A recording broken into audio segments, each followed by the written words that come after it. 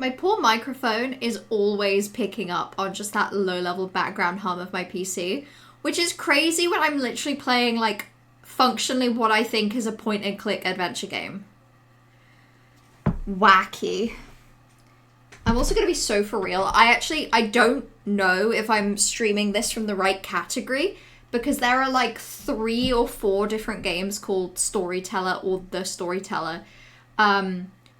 And none of them used like a picture that I recognized as obviously part of this game. So I've guessed. I think I'm streaming in the right category. I guess I'll find out if I'm not, because someone, if anyone browses through the category, they'll come in here to yell at me and tell me I'm mellow dumb. Also, hello ladies! This game is so silly fun. Blue and I played this a few years ago in one sitting. Here's hoping I can do it in one sitting. It would be quite nice. I have a feeling it's going to be one of those games where if I don't do it in one sitting, I'll get very close to having done all of it, but not quite, and it'll be like a 10-minute stream. I mean, I'm ready to just go. Storyteller, a book also, about you'll have to let me know if stories. the audio is a good balance, because it's kind of hard to tell from my end. At the end of this book Ooh, lies crown. a crown. It is bestowed only to the glad he's finest narrating this for storytellers me. of the realm. Every page is...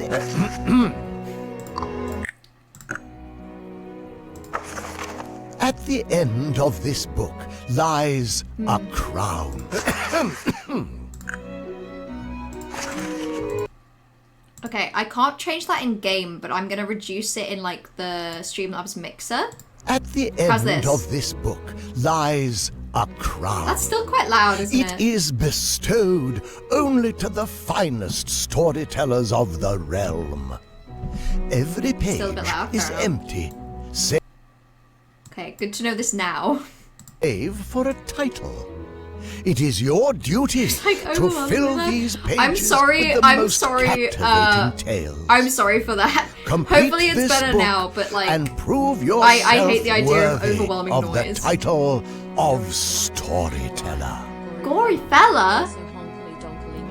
It's not my honkily donkily, but thank you for wishing me a gory fella as well. Here's hoping. Here's hoping this fella's gory. Well, thank you for the bit. Also, I literally caught myself as I was saying, like, I hate the idea of making this overwhelmingly loud. And then I thought about the fact that, like, bit noises and stuff.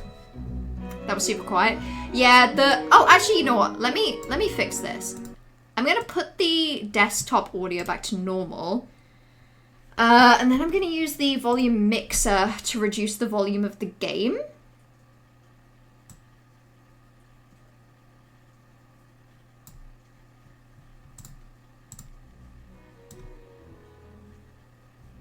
Okay, now that's a bit too quiet.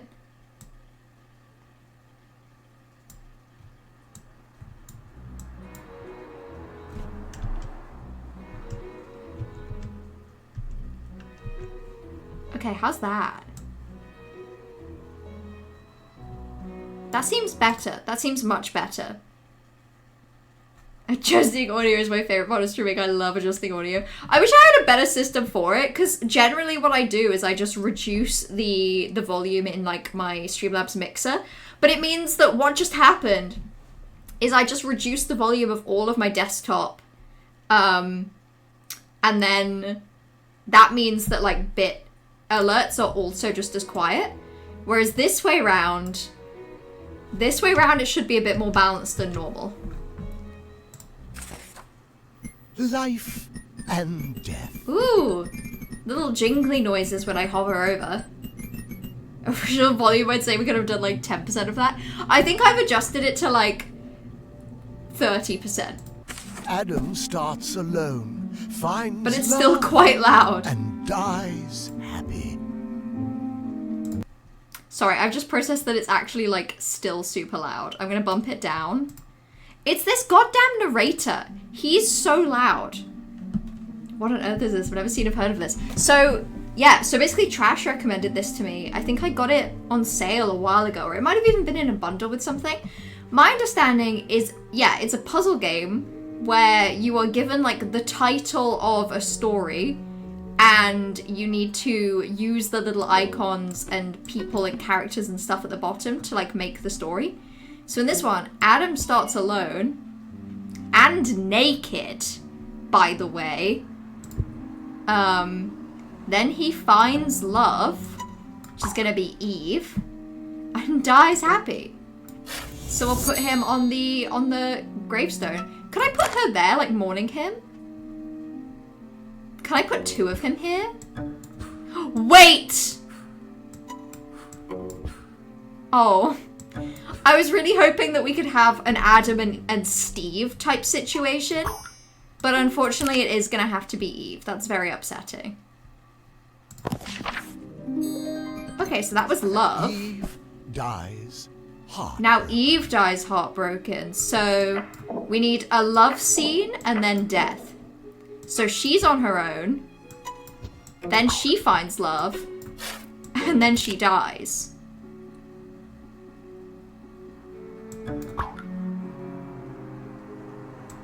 Wait, she dies heartbroken? Maybe he leaves her?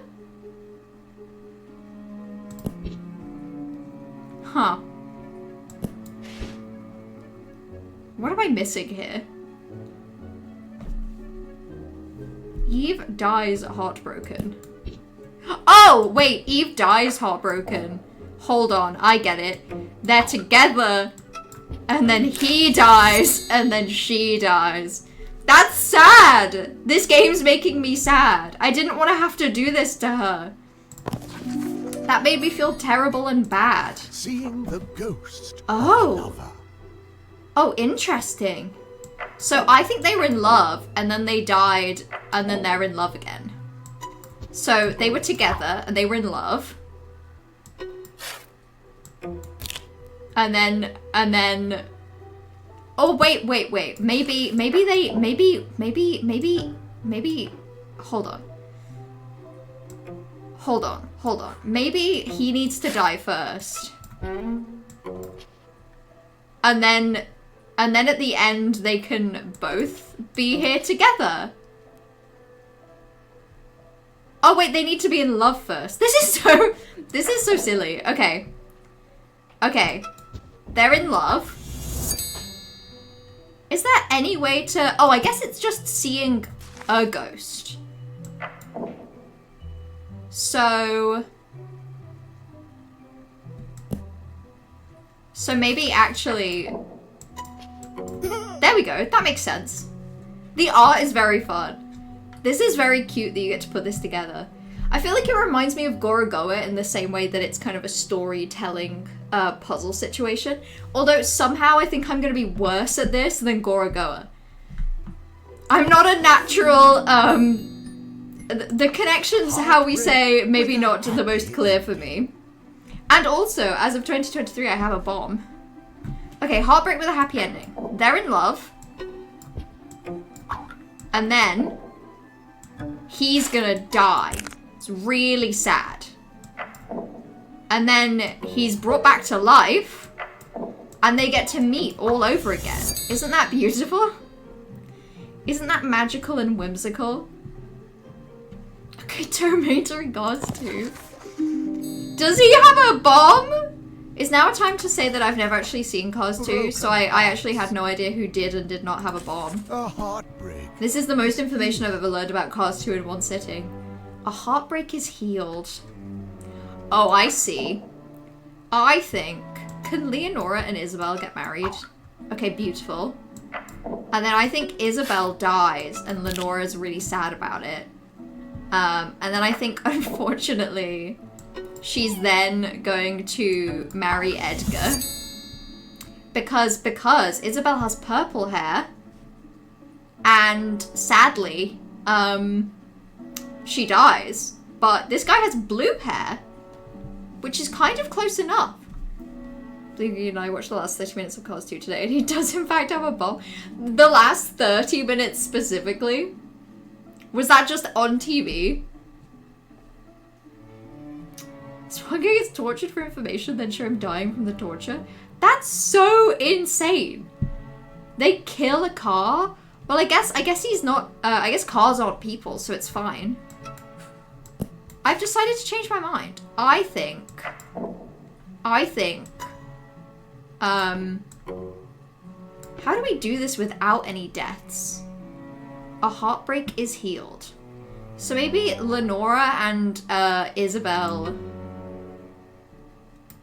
Maybe Isabel gets married to someone else. And then he's thinking of her. Wait. Okay. Wait, this is difficult because they're in love. Okay, that breaks his heart. Oh, I see. And then he could marry someone else.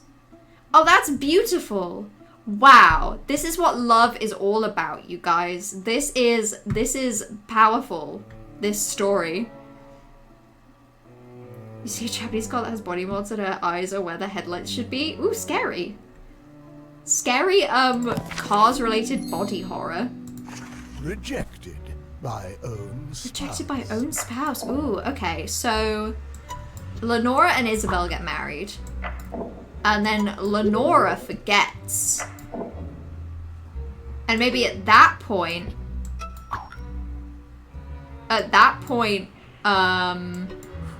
maybe Lenora marries Edgar. And Isabel is just sad. How do we create a rejection in this? This isn't right. I keep dooming the Euro. I just intended for there to be Yuri, but you're right. I'm just ruining it with every step.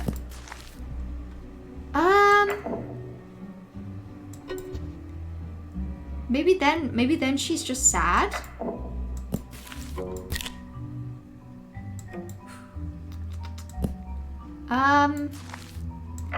Maybe then. Oh, wait, I get it. Because she loses her memory. So she and Edgar get married. And then when Isabel reunites with Lenora, oh, they don't love each other and that makes me sad, and I did it. I doomed the Yuri. I made this happen. This is a horrible cruelty. I just remembered how when I was 12 and did a Pokemon Emerald playthrough on YouTube, I started stim quoting, "Do you know the Muffin Man bit from Shrek?" It's a good bit. I didn't know you did a Pokemon Emerald playthrough on YouTube at age 12. Listen, a YouTube series in your early teens is a rite of passage. I did a couple of, I tried to start like 2 different Sims 3 Let's Plays. And then I also played Five Nights at Freddy's with my brother. That was fun. Everyone rejects Edgar. Oh no! Okay, so Edgar marries Lenora. It goes well, but then Lenora dies. Edgar's heartbroken. So Edgar seeks the warm embrace of Isabel. Except then, Isabel dies. And what's a man supposed to do except get married to another person who tragically then passes away and dies? Wait, this isn't... Okay, wait, that doesn't work. That doesn't work because they're not rejecting him. They're just dying. So actually, we need to create more weddings between people that aren't Edgar. So Lenora and Isabel get married. And then Edgar approaches Lenora, but she doesn't like him. So he's kind of desperate. He approaches Isabel. Isabel doesn't like him. Sadly, Lenora dies. So Isabel gets married to Bernard. And then Bernard rejects Edgar. Melly, you have a messed up idea of what rejection No. is. It makes sense, really. What is the strongest rejection of being with someone other than being with no one? I think in my head, I was aiming for this with the deaths, but I was going about it the worst way possible. Also, me making Edgar suffer, it's not me, you guys. That's just the story. The story is everyone rejects Edgar. You quoted Roblox when you were 10. I, for real, had not heard of Roblox until I want to say I was like 20. Roblox completely passed me by. I'd heard of Minecraft, but not Roblox. Will you ever remake your first Let's Play? Will I ever remake my famous The Sims 3 Generations playthrough, where I got maybe 2 episodes in, before I got bored and started a Sims 3, like, pets playthrough, and then after, like, 2 episodes I got bored? Not year 10, age 10? That's what I meant to say. I meant to say age 10. But that's what I mean, like, I'm at age 10, I think the only video game I was aware of was, like, Imagine Teacher for the DS. Oh, and, like, Slender Man or something. One of those two. Surviving spouses find comfort. Okay. Well, maybe Lenora and Edgar get married. And on the same day, Isabel and Bernard get married. I'm picturing this as a dual wedding. So kind of like in Barbie, Princess and the Pauper, how at the end of that movie, both the princess and the pauper get married to other people. But then I'm thinking, in my fan fiction, I think Edgar dies. Lenora's sad. I think Bernard dies. Isabel's sad. And then I think Isabel and Lenora find each other. Isn't that beautiful? And in my brain, this is the Princess and the Pauper. This is Annalise and Erica. I almost forgot their names. That was embarrassing. It was really embarrassing. And then I'm gonna add in another frame and Isabel dies. No, I'm sorry. That was so cruel. Maybe Ghost Edgar reveals that he had a secret interest in Bernard. Except because they didn't die together, they're in separate afterlives. So sad Edgar is visiting sad Bernard's grave. You were aware of Roblox for like decades. That's crazy to me. I feel like maybe I was aware of Minecraft at like age 10, but only through watching Let's Plays at like YouTubers, like Sky Does Minecraft type YouTubers. There's an old Roblox video of yours and your friends up on YouTube from when you were 10? God, that's wild. I think it's a good thing for the bullshit you do as a child on YouTube, as long as it's like safe, just cringe. As long as it's just cringe content. I think it's good to have cringe content of yourself that you can go back to and look at. Your single episode of Majora's Mask 3D and it's just you filming the DS. Pivotal and iconic. I was using like oh my god, what was like the free like a screen capture software you could get, and it was like it had like a watermark in the top left. Oh, was it like Frax or something? Does anyone know what I'm talking about?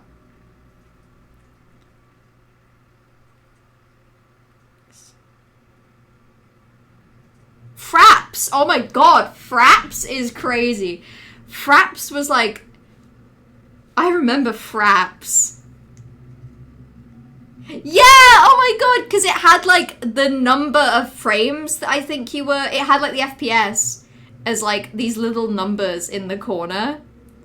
Oh, that's delightful. God, I remember Fraps. Edgar shocks himself. I remember watching Yogscraft Minecraft at age 10, then me and my brother got into modded Minecraft. See, Yogscraft also passes me by. I think I was just watching like bad YouTubers. I was watching like Sky Does Minecraft when I could have been watching Yogscraft. I missed out. Really sad. Forever glad that recording tools were a bit harder to get hold of, too low quality to matter when I was a young kid, otherwise the cringe could have existed. Yeah, but then you would grow up to be an adult and you could look back on it and be like, wow, that was cringe. What a beautiful memory that I get to have in this form. I just think it's really nice. Like, it's not the same, obviously, but even like the highlight videos that I did in 2020, even now I feel kind of nostalgic about them, and it feels really nice that I can go back and watch those. And just notice like differences in how I talk and things like that. That's fun. Edgar shocks himself. Maybe he dies. And then he's a ghost with amnesia.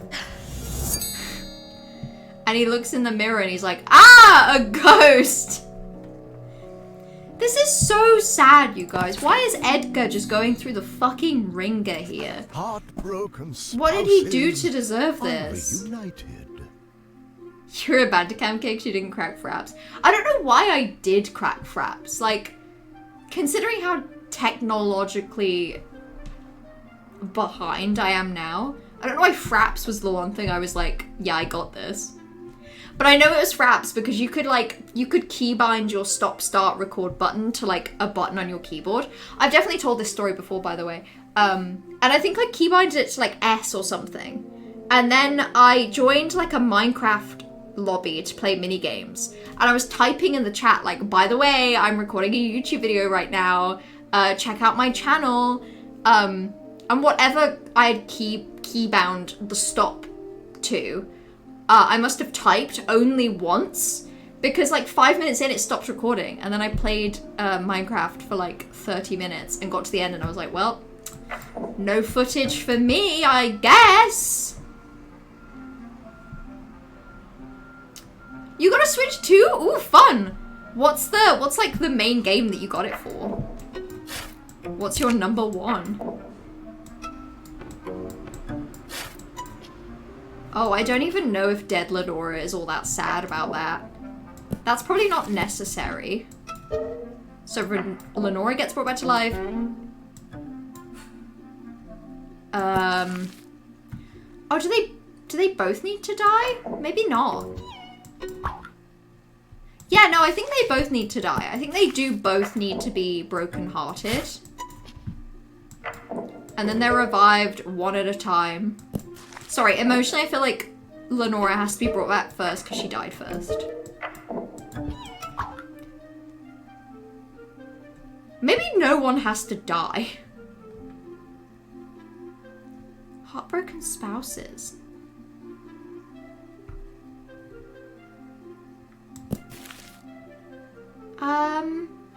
Oh, wait, I get it. I get it now. Okay, so to be heartbroken, they kind of have to see the death. So...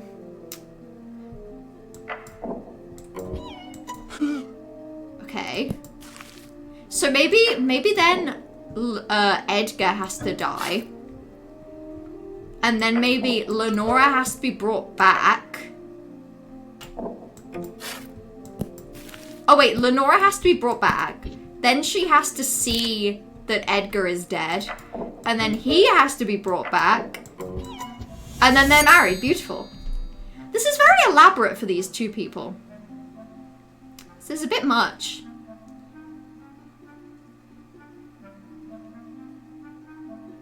In the afterlife is an option? Wait, does in the afterlife basically just mean that, like... So... Okay, so he has to die. And then... I kind of want to achieve it. I kind of want to achieve hard mode. So they both need to be dead at this point. So we need one Edgar death and we need one Lenora death. And then we also need them to be sad about it. So she needs to be sad. And then she needs to die.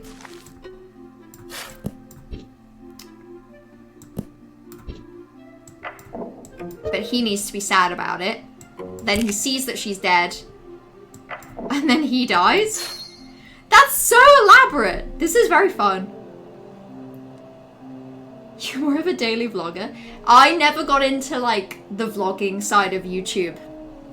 I think if I had, I'd have been the same way. But I was, like, from the get-go more, like, shitty Minecraft YouTubers. Legend ZA and to give Fire Emblem a go. Ooh, good choice. Like, I'm assuming the new Fire Emblem game when it releases. I'm actually looking forward to the new Fire Emblem game. It's set in the same universe as Three Houses, which is pretty cool. Because obviously I streamed some of Three Houses, but most of that I played in my own time and I kind of loved it.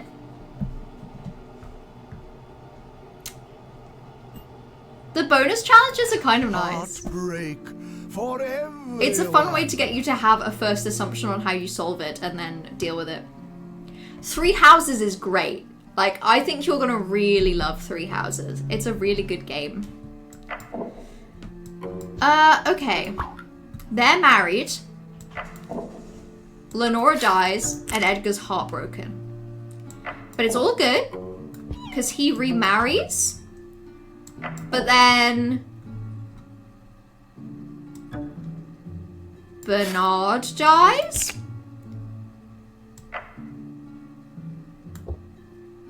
And then... Wait, no, it has to be the other way around. Edgar dies, Bernard is sad. Oh, and then we need Lenora to be brought back to life so that she can mourn Edgar. Perfect. God, it's a shame that people in this universe can be revived and killed so easily. I feel like it just leads to a lot of unnecessary heartbreak. Yeah, Legends ZA, I didn't play it, but I saw Party play it a lot, and it looked really fun. It did look like the kind of game that could get you back into Pokemon. See, I'm just looking forward to the Wind and Waves, like, new generation game. Because, I don't know. Something about Legends ZA just wasn't quite it for me, unfortunately. I've heard that since I enjoyed Metaphor, you'd like Three Houses. You might even like Three Houses more. Three Houses has some really, really good characters. And it's just very, very fun. You're not sure if you'll get a PS6. Yeah, fair enough. Especially, well, now that they've sort of announced that they won't be doing any physical games. There's not really much incentive to get a PS6, is there? Pokemon Weewa. Weewa Woowa. Oh no! Oh my god, old heartbroken dog dies happy? Oh, this is so sad. Okay, well, so they love each other. Oh my god, this is gonna make me really sad. Maybe, oh no. And then his owner dies! Time passes. Time passes. Edgar comes back to life. Oh, the old dog and Edgar get reunited! And then the dog dies? This is for real making me so sad. This is the saddest shit I've seen in my life. You didn't tell me that I have to kill a dog. If I'd have known I'm killing a dog in this, maybe I wouldn't have been so gung-ho about it. The cellar. Has Potter said much too about PS discs and how he feels? Obviously very against it. Obviously very against the slow and steady eradication of, like, physical media.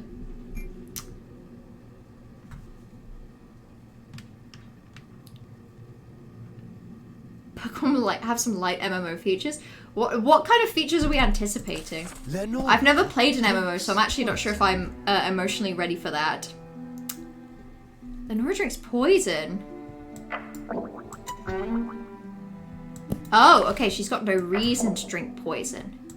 So maybe she marries Edgar. Edgar dies. So she drinks poison? Lenora, it's not the way. It's not the way. There's a beautiful purple-haired woman out there for you, so you can have your second chance at love. You don't have to drink poison about it.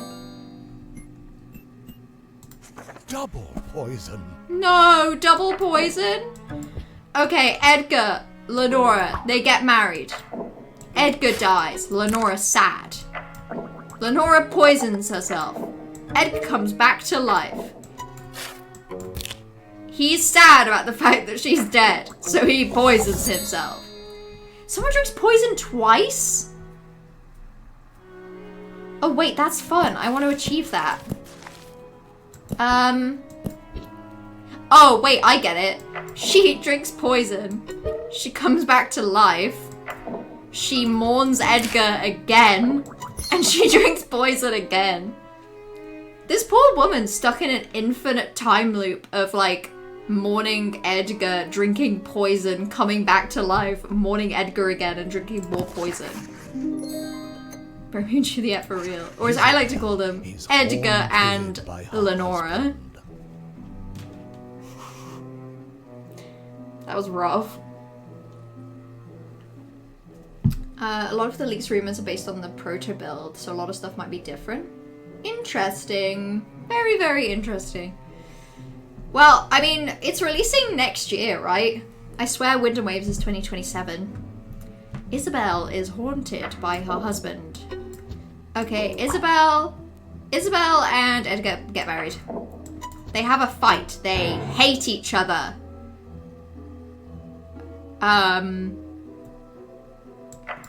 Is there any way to poison the wine? Oh my god, oh my god. Okay, she poisons the wine. He dies. And then he haunts her. Isabel's so lit. She's just kind of cool with it. And then she's gonna drink to forget, like a little bit. I'm just gonna add that in at the end. Oh, actually, I like it this way around. She drinks wine because she's so happy and satisfied. Can she drink her own poison? Okay, no, she doesn't drink her own poison. Good for her.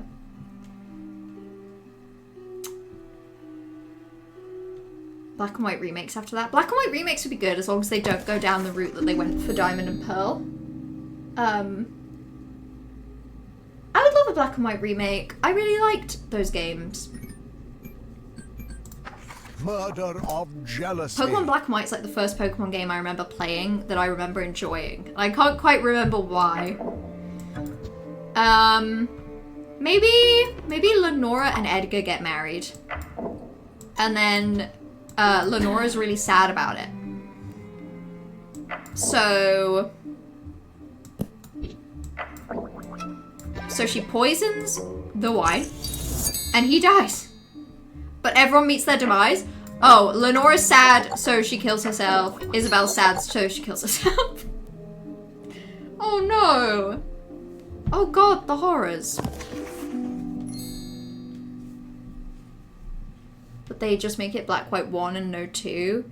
Yeah, or like merge it. But they're very different games, aren't they really? Black, White 1 and 2. Did Black and White, because obviously a lot of, like, Diamond and Pearl also had Platinum, which was kind of like, my understanding is that Platinum kind of just was like a definitive edition. But I don't think Black and White has that, because it was simply so goated. Another of the leaks is the big multiplayer game that takes place in the Japanese-based regions in an open world style, allegedly. Interesting. Obviously it's like a separate game to Wind and Waves. Beauty. That is, interesting. Which I just need them to make a Pokemon game that I care about. Unfortunately.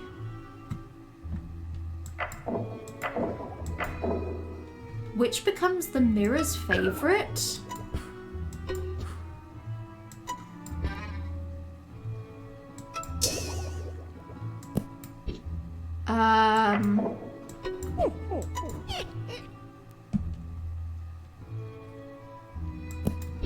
Wait, is this way more like simple?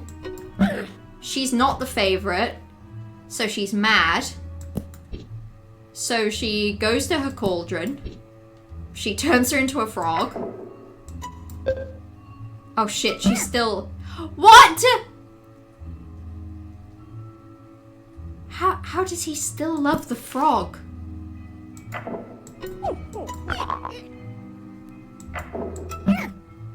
Why do you still love the frog?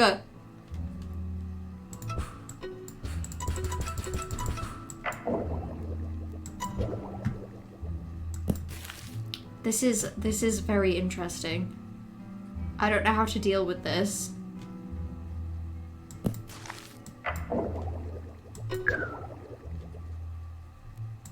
Maybe the mirror doesn't like people that want to be ill.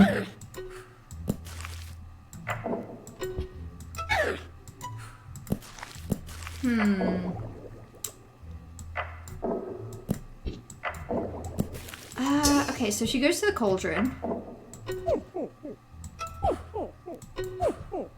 Turns her into a frog.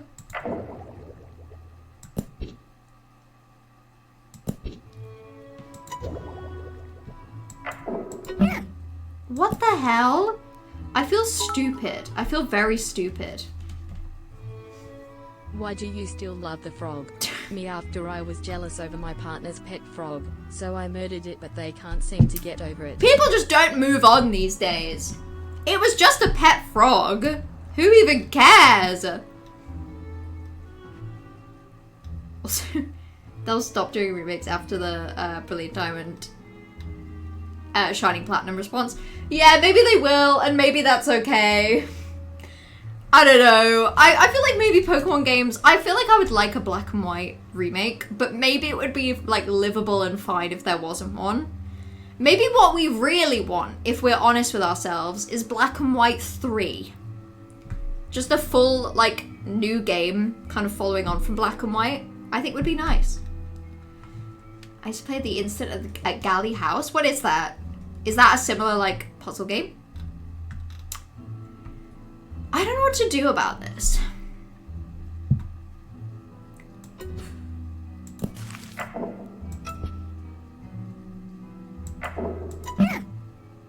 Oh, wait. Does she have to turn herself back into a person? There we go. God, this mirror is so fickle. This horrible, horrible, fickle mirror. Mirror who I hate. What are we playing today? We are playing today Storyteller. Curse. It's quite simple. Basically, we get told the name of a story, and then with all these like little bits and pieces, we need to make that story happen. So in this example, the witch puts a... Oh, wait, no, okay, yeah. So, I think Snowy and the prince meet in the forest. They love each other. Wait, maybe the witch and the prince meet. She loves him. He loves her. Wait. Wait, I thought this would be a really easy example. Maybe...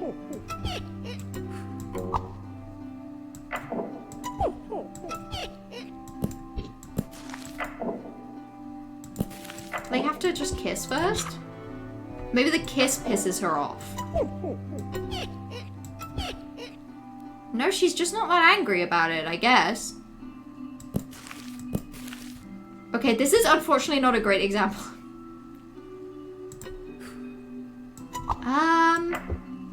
Okay, wait, they have to fall in love first.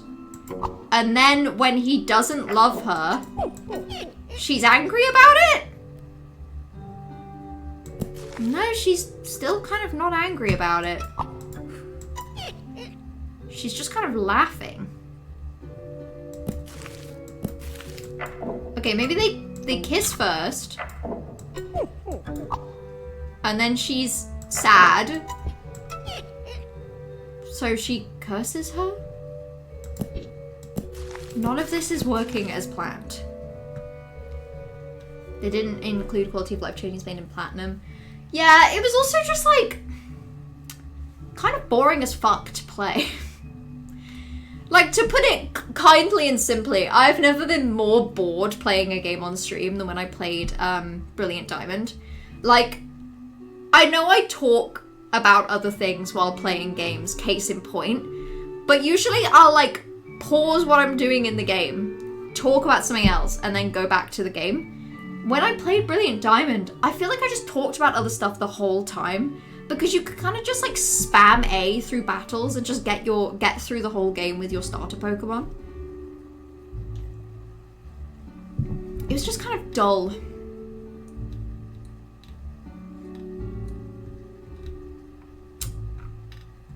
Don't you have to narratively cure the curse? Oh my god, wait, I think... Does this cure the curse? Okay. He won't cure the curse. I get it, okay, okay. They're in love. He won't cure the... He doesn't love her.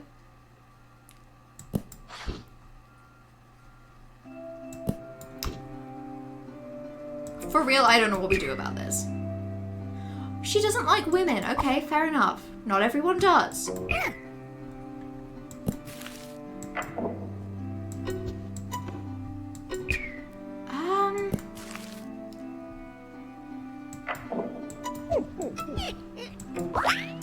Oh! Oh! Oh! Wow, this is what I get for my assumptions. I assumed that Snowy would be cursed. But this makes more sense. She's not pissed off at Snowy. She's pissed off at the prince.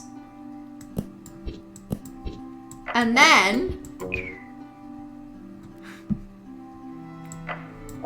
they have to meet in the forest first. What? What is happening? Okay, they hate each other. Turns them into a frog. Maybe they meet in the forest. They meet in the forest. They specifically have to meet in the forest because otherwise, somehow, he can't convey that he's the prince. That makes sense. Playing Brilliant Diamond felt like it was 3 years ago. It kind of was. I mean... let me check, because it's the very beginning of one of my best-ofs.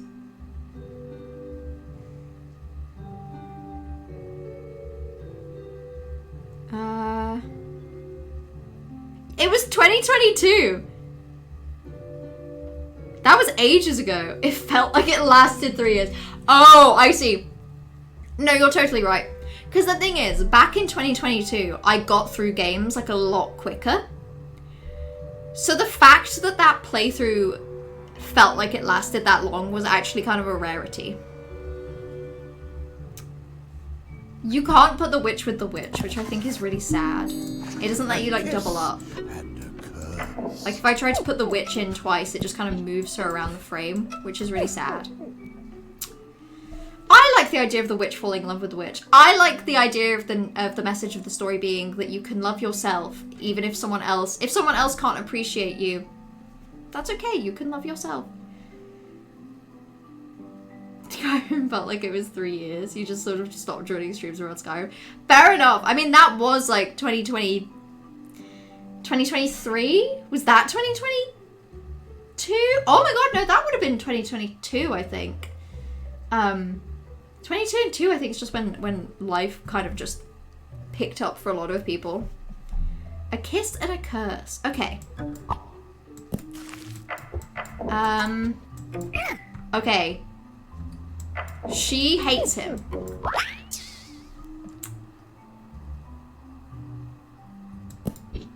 Is this not just the same thing as previously?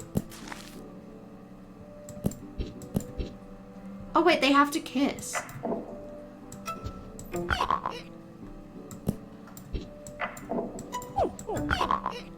Okay, he doesn't seem to enjoy it. Oh! Oh, she's so conniving! She turns herself back into the white-haired baddie and then she just solves it. That's so evil. She tricked him. No love for hags. We should love hags more as a society. Gets a kiss. Tiny gets a kiss. Oh, lovely. Okay, I have no idea how this is gonna happen. Okay, so she's sad.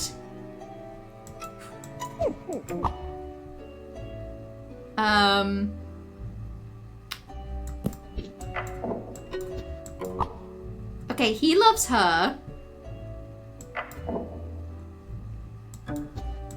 But then they love each other.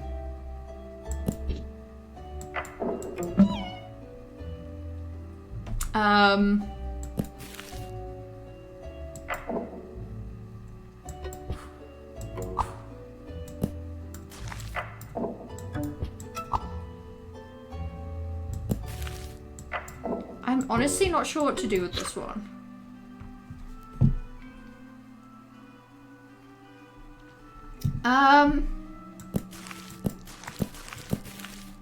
Okay, maybe, maybe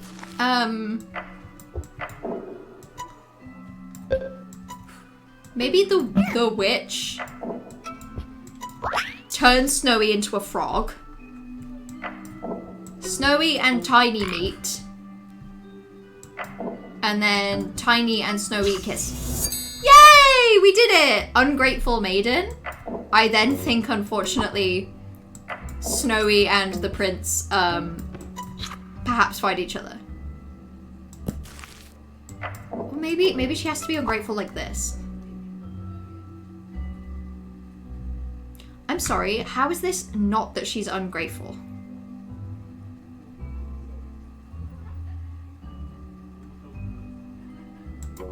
Prince saves Tiny.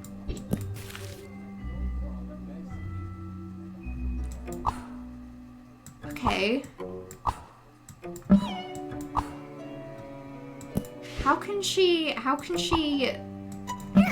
How does any of this work? This is legitimately a very difficult challenge. OMG spit swap. Okay.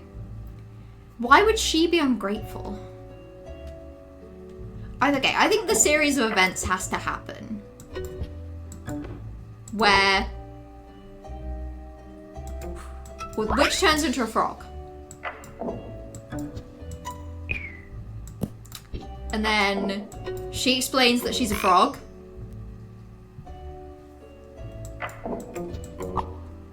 And then...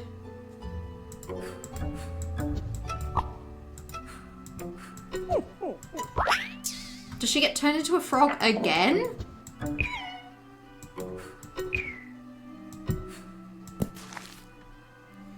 I'm baffled. Feels like slut shaming. Let the maiden kiss whoever she wants. Yeah, she can do whatever she wants.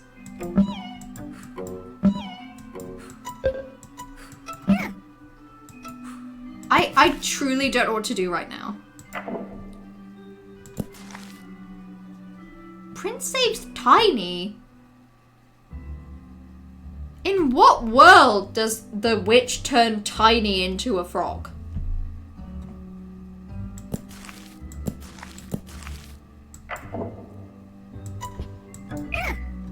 Oh, that's the world where she turns Tiny into a frog. Because she likes him, but he doesn't like her. So she turns him into a frog. She doesn't want to help, but the prince does because he's a good guy.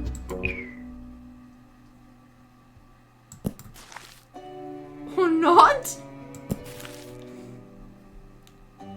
I don't know what to do!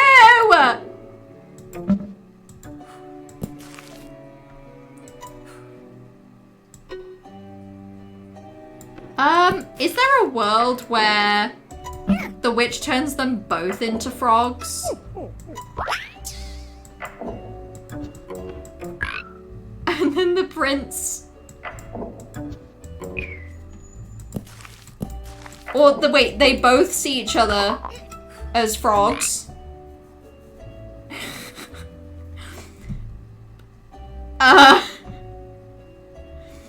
They're both frogs.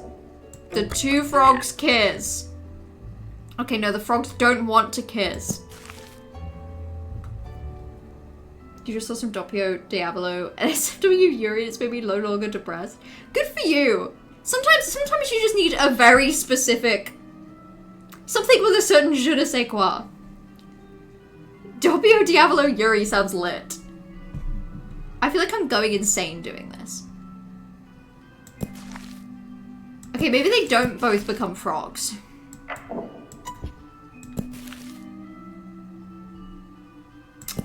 Maybe this has to happen in a slightly different order. So maybe the witch is pissed off. So the witch turns her into a frog. And then while she's a frog... but this doesn't work because it just requires like so many more bits. Okay.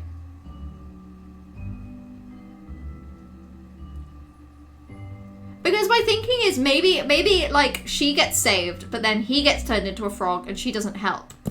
But that clearly doesn't work. have genuinely no idea. Does anyone who hasn't played this game have like any clue what to do right now? I'm trying to get Ungrateful Maiden and Prince Saves Tiny. So, Tiny has to get turned into a frog.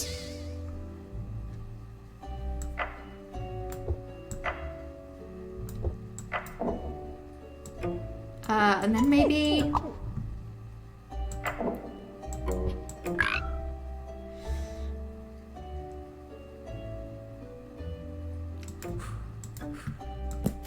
Okay.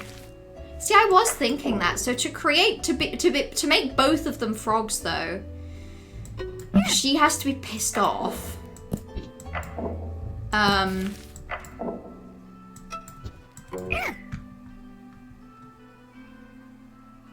So she turns into a frog. Oh, yeah, okay. And then wait, I see. Because then he's confused because the only frog he's seen is this frog.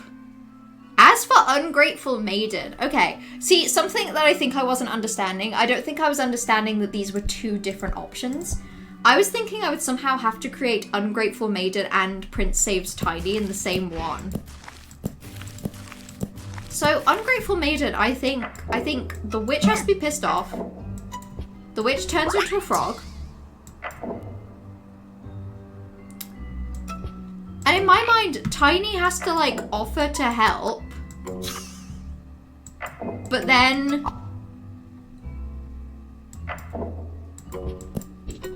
Is that not her being ungrateful? Oh wait, maybe it's just as simple as this, that once they're people again, he doesn't. She doesn't. Okay, that makes sense. Jesus Christ, that took a lot of options. Ooh. A lot of these you don't remember because it's been since like 2023. Some of them, that was a very puzzly one. That felt kind of tough. The manor. I'm honestly not sure how many chapters there are either. I'm kind of assuming 10. The manor. That's a running joke of some sorts. The manor.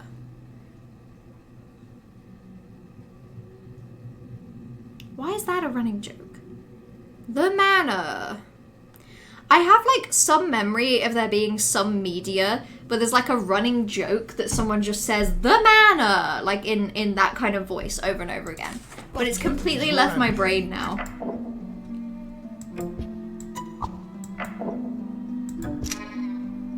Okay. Oh my goodness, wait. Oh my god, he just shoots everyone! That's so fucked up! What's a manor with you? It's times like this that I really wish I had a laugh track. And I'm utterly miserable that I don't. Feels a relief.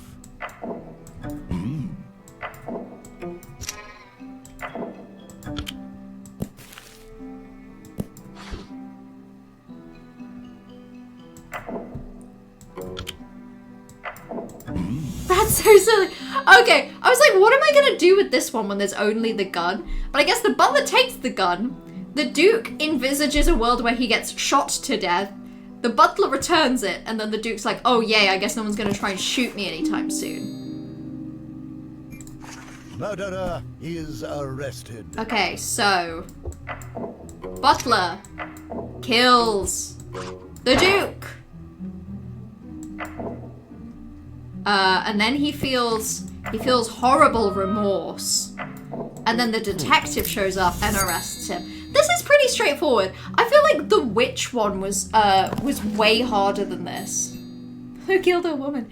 And a man! Someone gets arrested. And a man! I would kill anyone in a video game. Someone gets arrested. Okay. This is the one where there's multiple options. So, I think in theory, maybe the butler... Oh, maybe the butler returns the gun.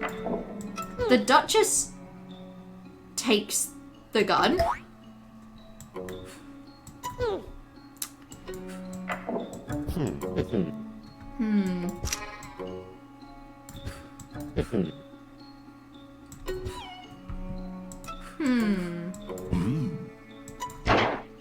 Oh, I see. The Duchess just doesn't like to take guns. I see.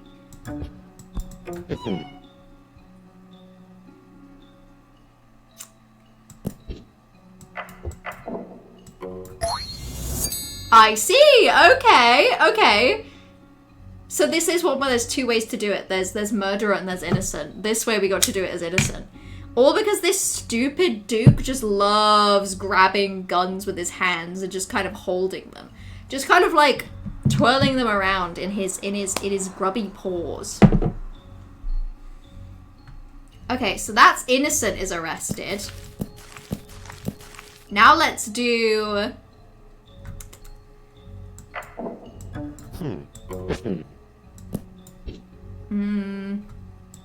Maybe he has to return the gun. And there we go. Then, like, he returns the gun like a fucking idiot, to be completely frank. And then his fingerprints are on the gun. Easy peasy. That one was so much, like, cleaner and nicer. Crown intrigue. Even I'm the Duchess and I don't want it to take away the guns. Duchesses just famously don't like holding guns in their hands, as opposed to dukes who love holding guns. 4 deaths. Oh my god, the horror. And then the knight comes back. And then the knight pushes the Baron off. And then the Baron comes back.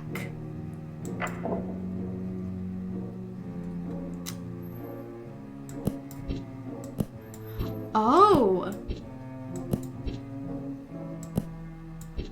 Oh, interesting. So, okay, so there's 2 deaths there. Then he comes back, and I think the knight kills him again. And then I think he comes back, and then I think the knight kills him again. Listen, this is what happens. You push one person off the cliff, you're just going to be stuck in a loop of forever getting revived and then pushed off the same cliff by the same ghost over and over again. It's just Sherlock Holmes. And then this is... I don't think we have a media like this yet. Any media about hell, I think, is that one. The queen is rescued.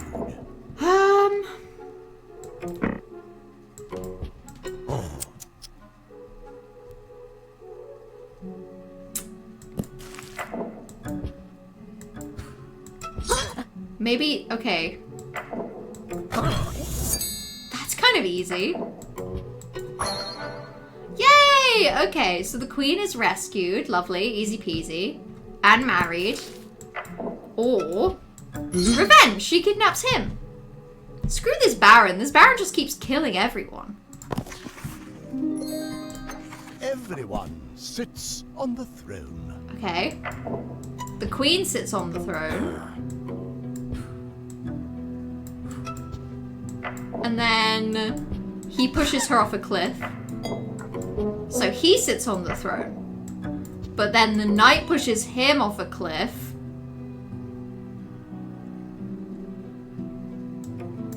Oh, he doesn't want to. Oh no.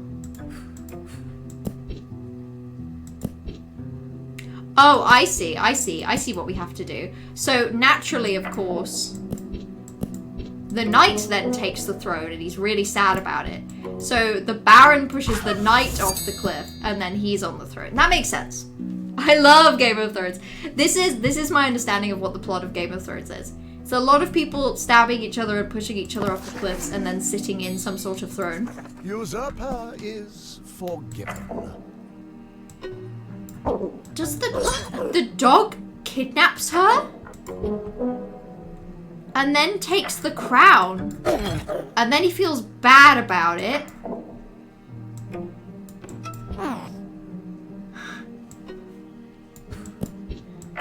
So she kidnaps him?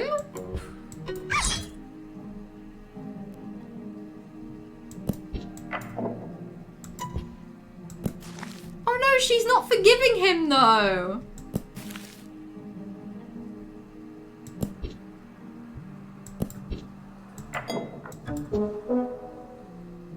Okay, I'm not sure what to do with this one. Can he give the throne back? Can he kidnap himself?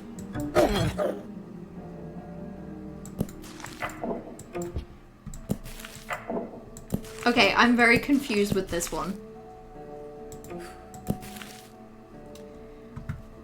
Stop reminding me how much I want to reread Game of Thrones.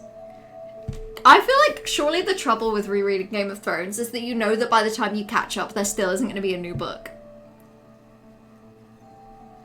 Literally book series of all time and nothing will ever match up. I should get around to reading it one day. I just feel like I'm worried that it won't be able to live up to the hype.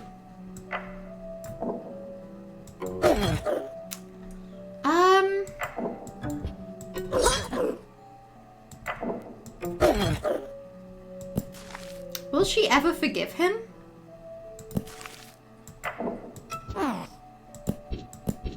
Can he give it back?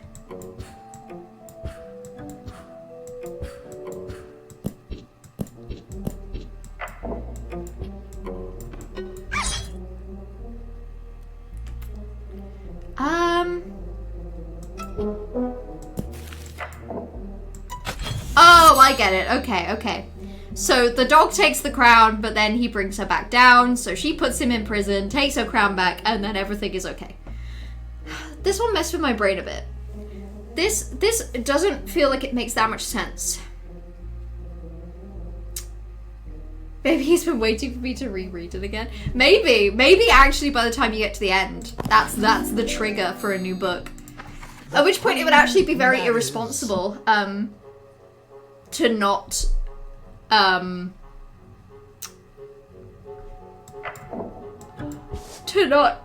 reread it. This one makes sense. He dresses up as a scary monster. He kidnaps her. He takes his disguise off. He saves her. And then they marry. Good for them.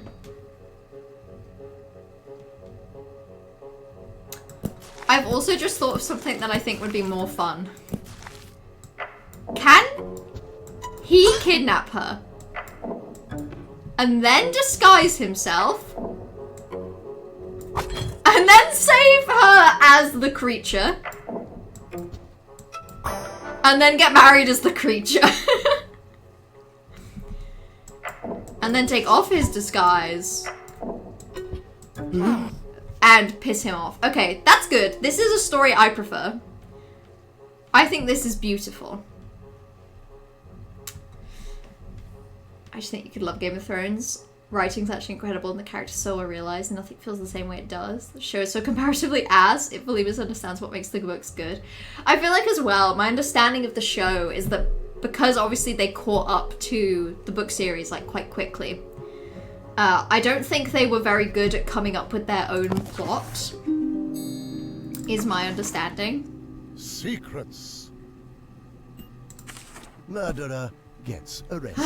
Okay. Butler grabs a gun.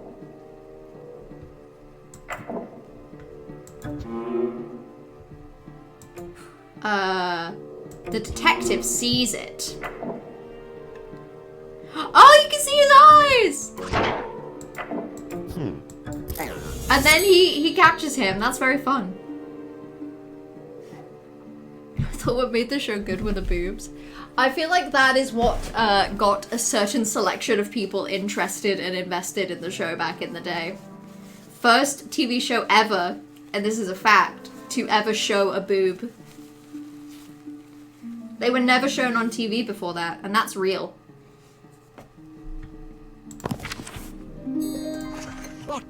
Butler gets fired. Okay, he takes the gun.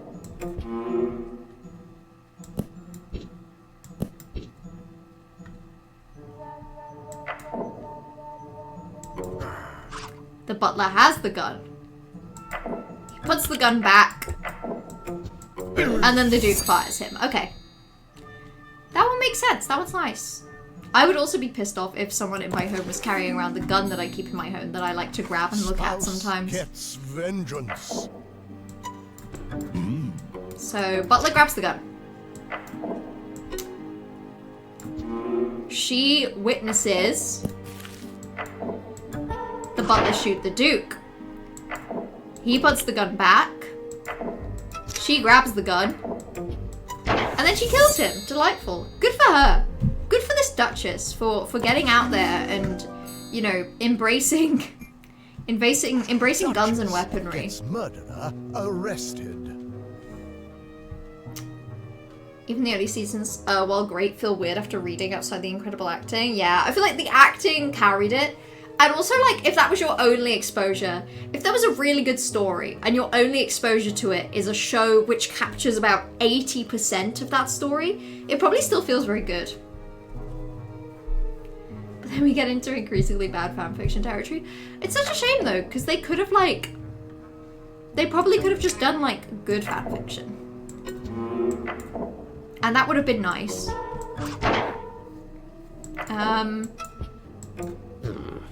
Then she has to tell him. And then he's arrested. Okay.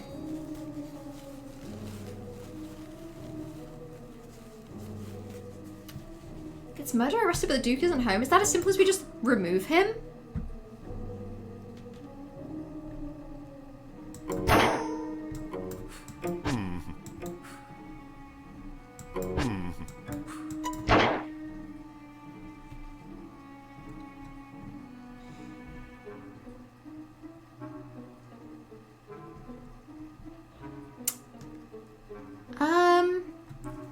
But the Duke isn't home is going to be a difficult one.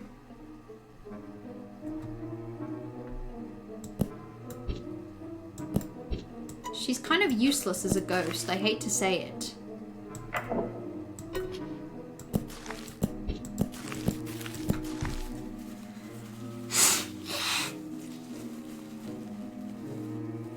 The final season makes me so upset still. Yeah, so that was my understanding of Game of Thrones, is that like it rapidly falls off. And people hated the final season. Like, I've never seen any Game of Thrones, but that's the one thing I'm super aware of, is that people like hated it when it released. She tries to be about shocking the audience as much as possible, whereas the books are about making you watch the build up to obviously bad things, which shock the characters, and then the most important part is the stories about the fallout and consequences, which the show forgets about, especially in later seasons. Yeah, again, I feel like when it's on their own sort of when it was the showrunners like impetus to follow on with those consequences themselves, I feel like that's the point where it falls apart, right? Because when it was baked into the story that they are adapting, even if you don't adapt it well, it's kind of still in there. But when they're trying to make it up themselves, I feel like that's probably a piece that they just lost. Perplexing, because they could have just not caught up as soon. Like book 1, season 1, book 2, season 2, book 3, 3 and 4, book 4 and 5 was season 5. Like, why condense the story so much? You are right, like they probably could have got like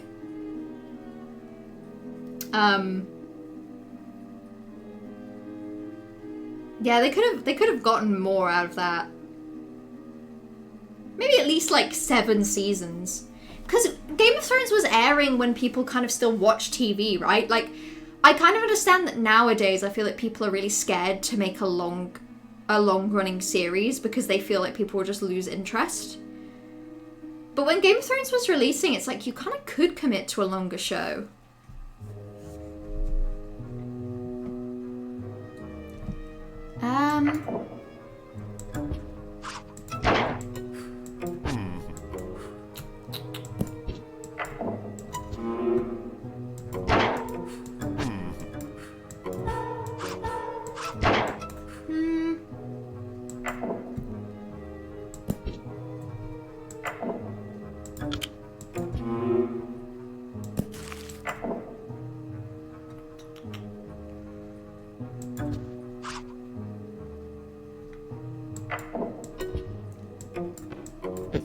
I'm not quite sure what to do with this one.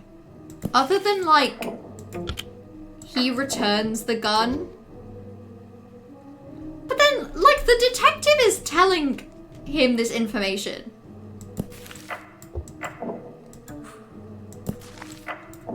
Does the detective hate listening to women? But the Duke isn't home?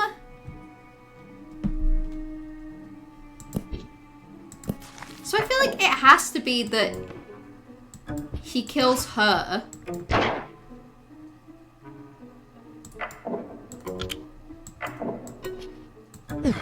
And then... Or is it that he witnesses it?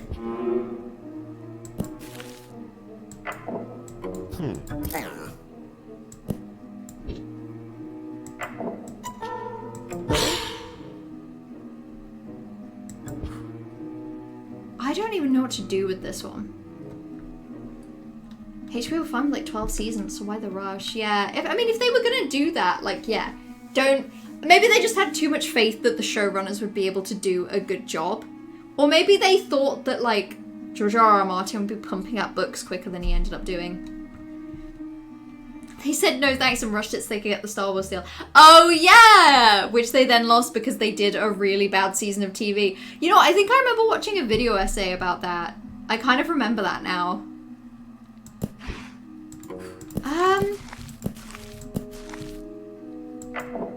I mean, no matter what, it has to end with the butler and the...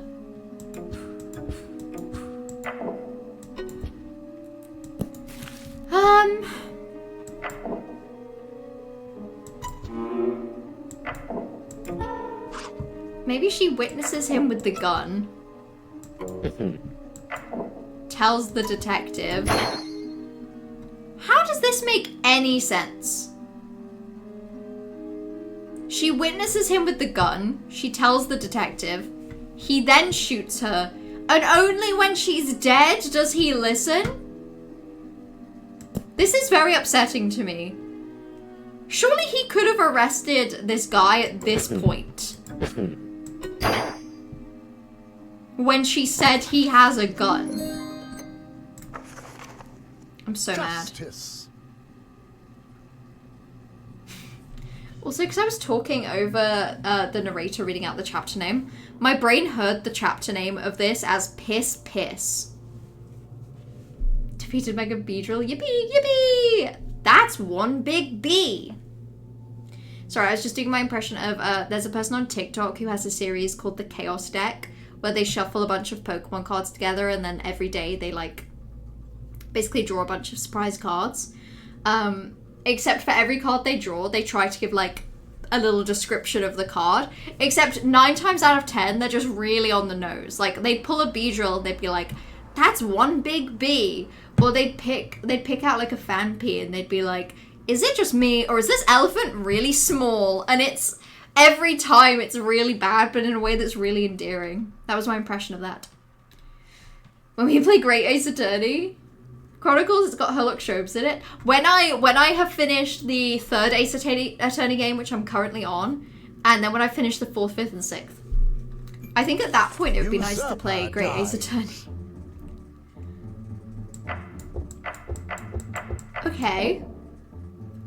I think the Baron kidnaps the Queen. I think the Knight then frees the Queen.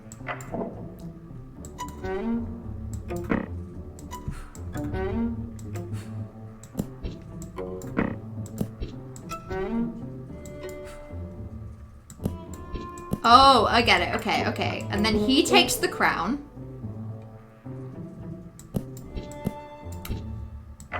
He takes the crown.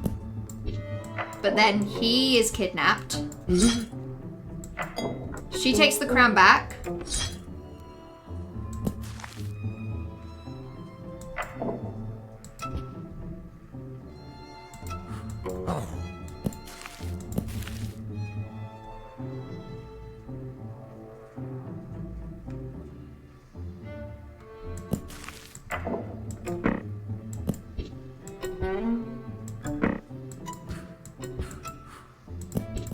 I don't understand.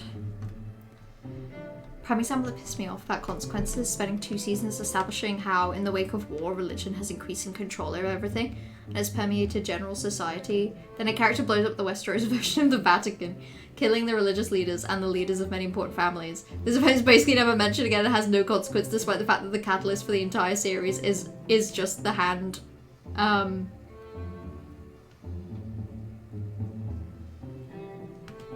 The catalyst for the series is just someone dies. That's crazy that in the show they have the Vatican blow up and nobody really cares. That's kind of bad. I see what you mean about it just being like the shock factor of, oh my god, the Vatican blew up, but they're not doing anything with it. Okay.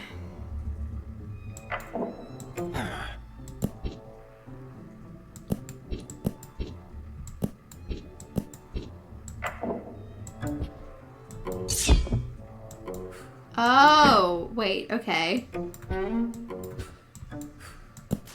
Oh my god, this is elaborate. So...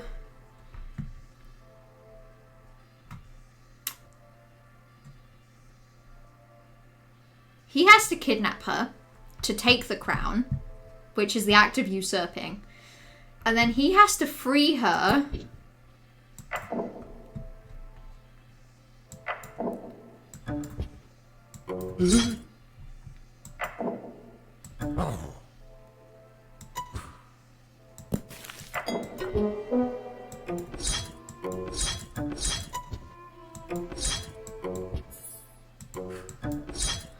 This is actually really annoying.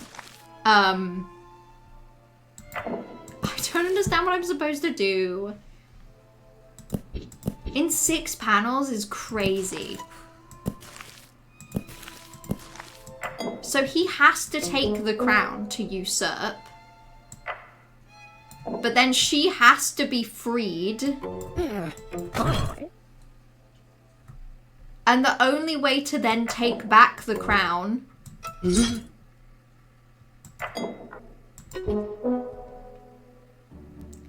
But then he can't be executed because she has to sit there. Wait, what? Why did that work? I swear last time... Oh, wait, I get it. It's she has to imprison him. Sorry, the only reason this didn't work the other time is because of that.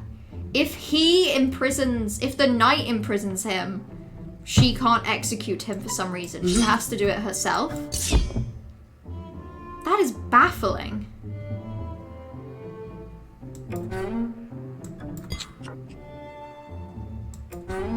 By the hands of the knight is interesting.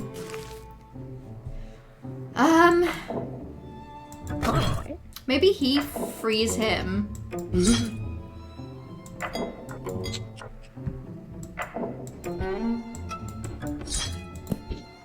How is by the hands of the knight possible?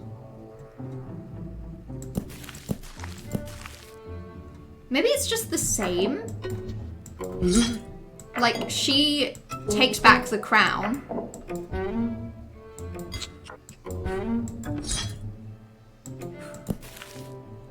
This one is really baffling. This does feel like a very strong Mellow moment. He has to do these 2 things to take the crown.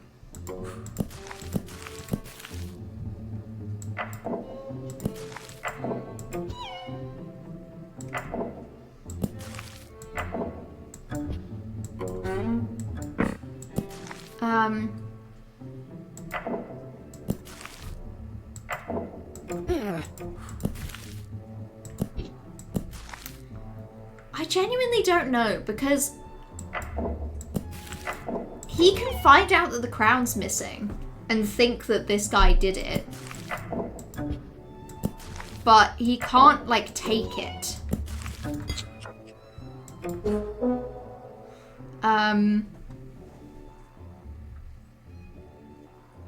Oh, shit! Maybe he executes her, at which point the knight kidnaps the Baron, the knight takes the throne, and then the knight kills the Baron. That's good! That's really good! My brain could not wrap my head around that having to be the sequence of events. But of course this piece of shit executes the queen. Of course he does. He sucks. Knight loses his head. Oh my god, okay, there's a lot of options in this one, which makes me feel kind of panicked and stressed. I'm also just gonna quickly Google how many chapters there are in this game.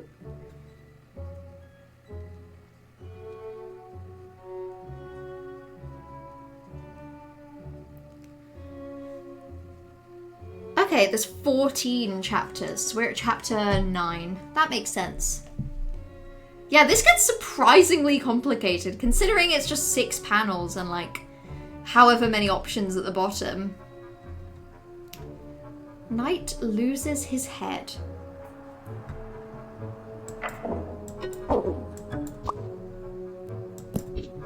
Why would he kidnap her? Maybe... okay.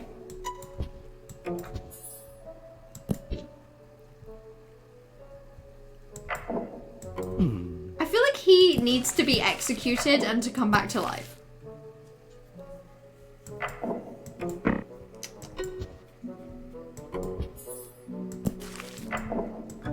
Does he just die?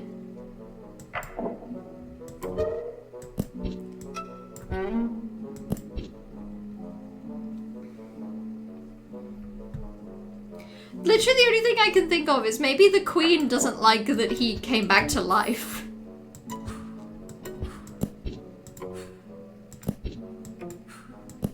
Maybe the queen is scared of him. So when he does come back to life, she wants to execute him? It doesn't make any sense. Why would he be executed? He needs to be executed. He must be killed.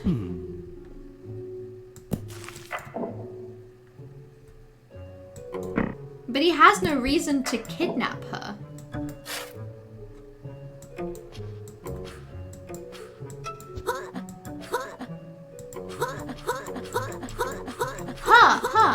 Okay. I'm incredibly baffled. Oh, wait. Queen dies.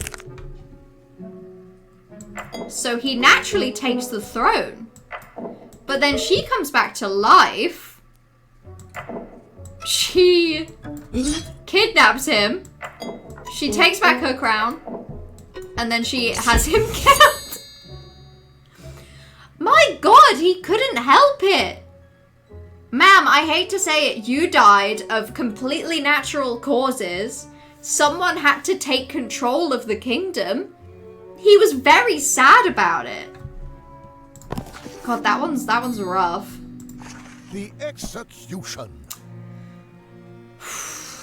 I'm seeing amnesia, I'm seeing wedding, I'm seeing kidnap, I'm seeing execute. This one's gonna be interesting.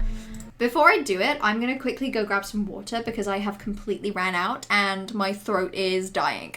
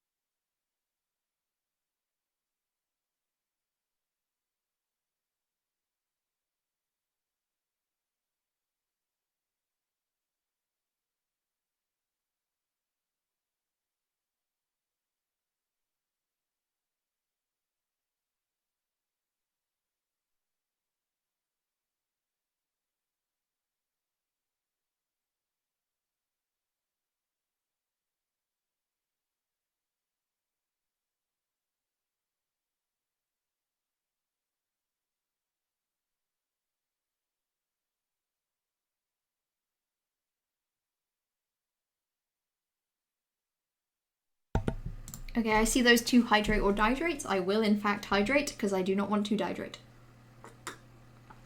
There's 1. There's 2. Yum, yum, yum. I have sparkling water, but it's sparkling water that's gone like a little flat. Which isn't the best, but it's water. I'd rather drink it than waste it. Even slightly shitty sparkling water. Okay.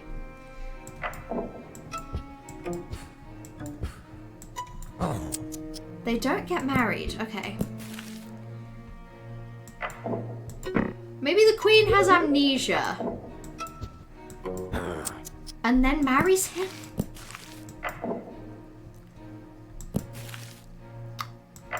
Does he have amnesia? No. Okay. Maybe she won't marry him. So he kidnaps her.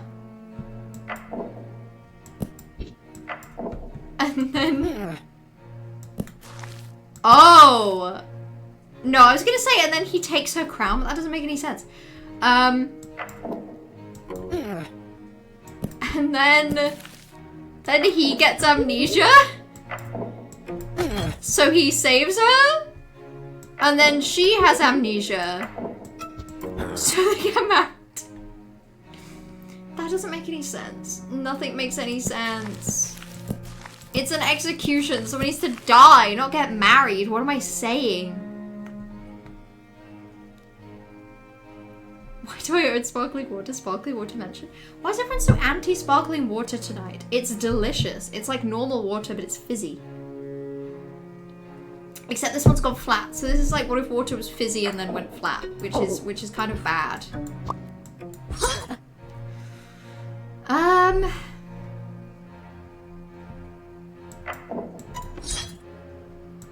Oh, I get it. Okay. Then he forgets, so he saves her. But then she kills him? Yeah, okay. The execution of the queen, the execution of the baron. Okay. Of the queen is interesting. Not quite sure how we'd achieve that.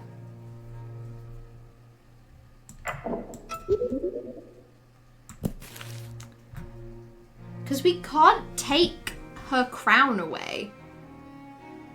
With the kidnap, execute, amnesia options, we don't really have that.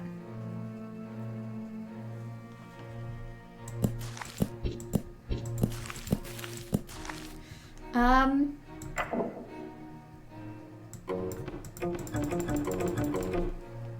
wish I could pull up specific quotes. Yeah, you can.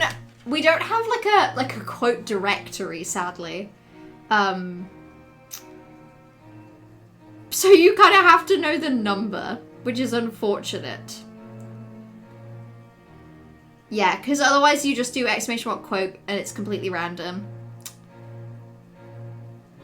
Yeah, I should try and do like we do. But I mean, like, I don't think we have a directory that everyone has access to. Unless we do. Quote list? Oh, damn, okay. Okay, maybe... And then he forgets. So he saves her. And then she kidnaps him. Doesn't make any sense. Okay.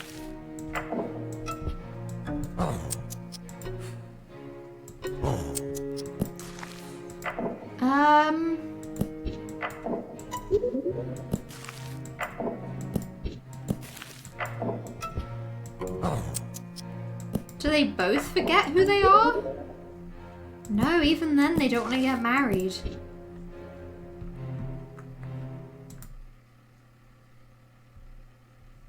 Damn, there's the full quote list, yeah. There you go, bam. God, that's kind of wacky, actually. It's a really long list. Some of these are so baffling. She can't just execute him for being annoying. How can she be executed? He would have to have the crown.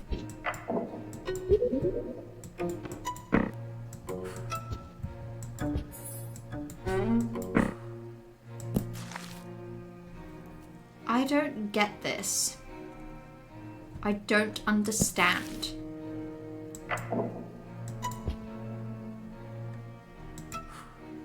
How would the queen be executed?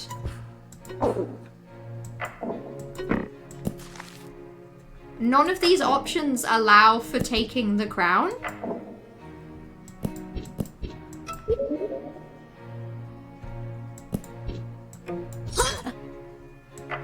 Oh, wait. Oh my god, I get it. Okay, so he kidnaps her, but then she forgets, which means that she thinks he saved her. So they get married. He has a crown now. At which point he executes her. Oh my god. That one, I'm getting so puzzled. I'm 90% sparkling water. I love sparkling water. We should all be big water fans. Also, Bright, I don't even know what a CMD list is. Oh, is that just command list?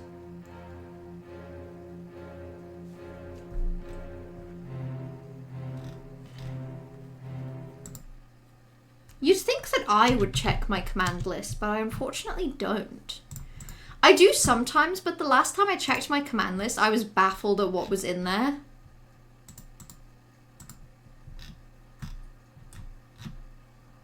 But yeah, I do think quote list has been there the whole time.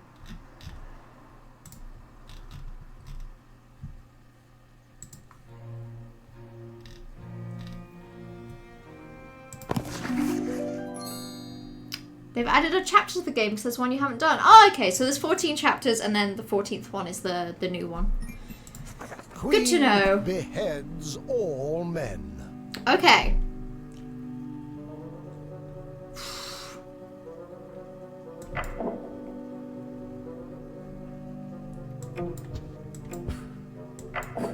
Okay, okay.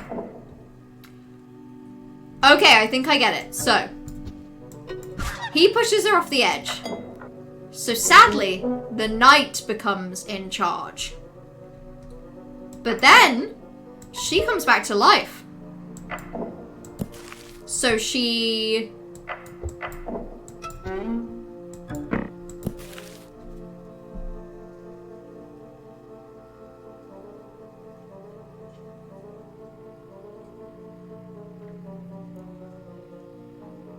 Why is wedding required? What's going on with wedding?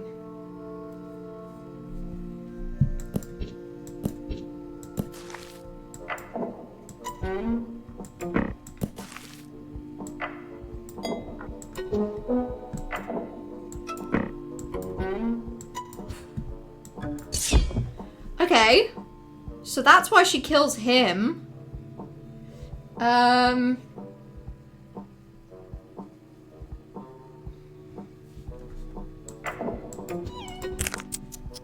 Why would she kill him?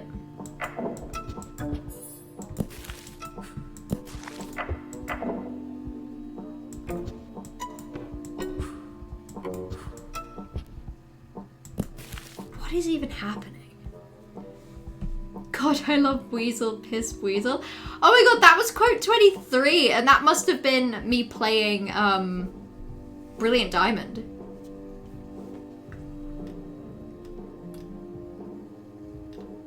God damn. Circle of Life.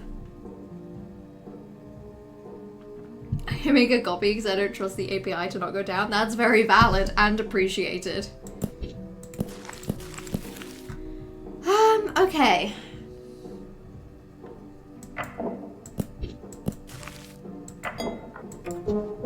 Oh, the only thing I can think of is if he takes the crown, but then the Baron kills him. So then when she comes back to life, but then she takes her crown, she can only execute one person at a time.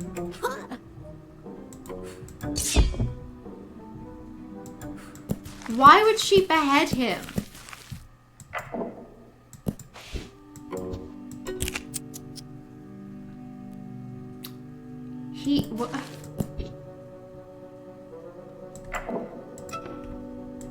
Maybe coming back to life changes her perspective?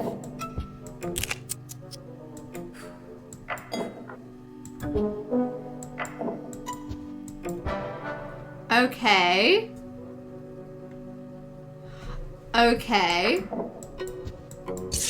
And then she kills him, and then she kills him. Okay, that's where the wedding is there. That makes sense. So she gets pushed off a cliff, but then she comes back to life. Sadly, the knight has taken the crown while she was dead, but that's okay. She just marries him and then beheads them both. Beautiful. Quote 23 was Pokemon Brilliant Diamond. Was it really that early? Yeah, I mean, 2022... Pretty early in 2022 is when the quotes started. And that was, I think, what I was playing at the beginning of the year. We've had, like, 4 years of the quotes. So you streaming a lot more stuff before that? I mean, I did stream a lot of stuff before then. Actually, I think Brilliant Diamond, I think because it felt like such a long playthrough, I think actually there were less things that I played before then than you would expect. I mean, I don't think I can do games in like, oh, I can. So, I mean, before playing Brilliant Diamond,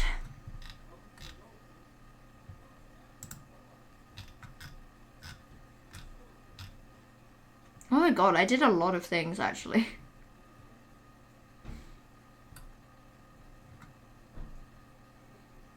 Oh my god, actually I did a lot of things. So, in terms of like stream categories, Brilliant Diamond was my 63rd category. And as of right now, I've streamed in 107 different categories. So... it was like 60 games ago, approximately. But before Brilliant Diamond, I played Plague Tale Innocence, 12 Minutes, both Life is Strange games, Resident Evil 7, Ori and the Blind Forest, Detroit Become Human, Little Nightmares 2, Among Us, What Remains of Edith Finch, Normal Lost Phone. God, I used to get through games just so unfathomably fast. Not anymore. I'm surprised that there's not many by me about me considering how many quotes I write up. I think that's just it though, Corvus. Like, how often do you take the time to appreciate and quote yourself? I can say as a fact, I've never personally made a quote in my own channel. I use them nowadays to guide where I make clips, but I've never personally made a quote. Also, hello Spookx, how are you doing? We are playing Storyteller today. The ceremony. Oh, damn! Wait, locked? Genesis. Oh, I tried to go to the end instead of clicking next. I confused myself. Rejects apple. Okay.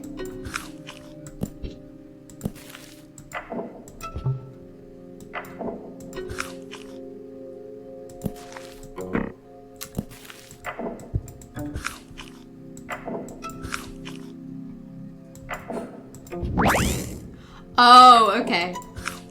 Oh, what? Okay, I thought it was gonna be that when the villain from Gravity Falls judges Adam, she gets freaked out and then doesn't eat the apple.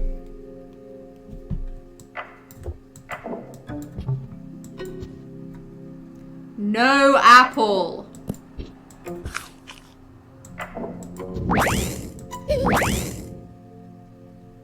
Oh, okay. She has to witness it. So, he eats the apple, she sees it, and then funnily enough, she doesn't want it anymore. Join if I cry in a classy way? I'm fishing for trash. So sorry for being late, I was in a hole. We have some really good ones. That quote list is great. It's why I had so much fun pulling from it for the for like my best of 2025 video, in that ending bit where I go through some of the quotes from this year. From last year even. We're actually nearly at the end of 7 whole months into this year. I actually need to get with the times and move on. Is happy, but Oh, yay! God is happy. That's nice. Maybe Adam is tempted. And then he's killed. They're both tempted. They're both killed. They both come back. Oh, wait, I think I get it. Okay, so...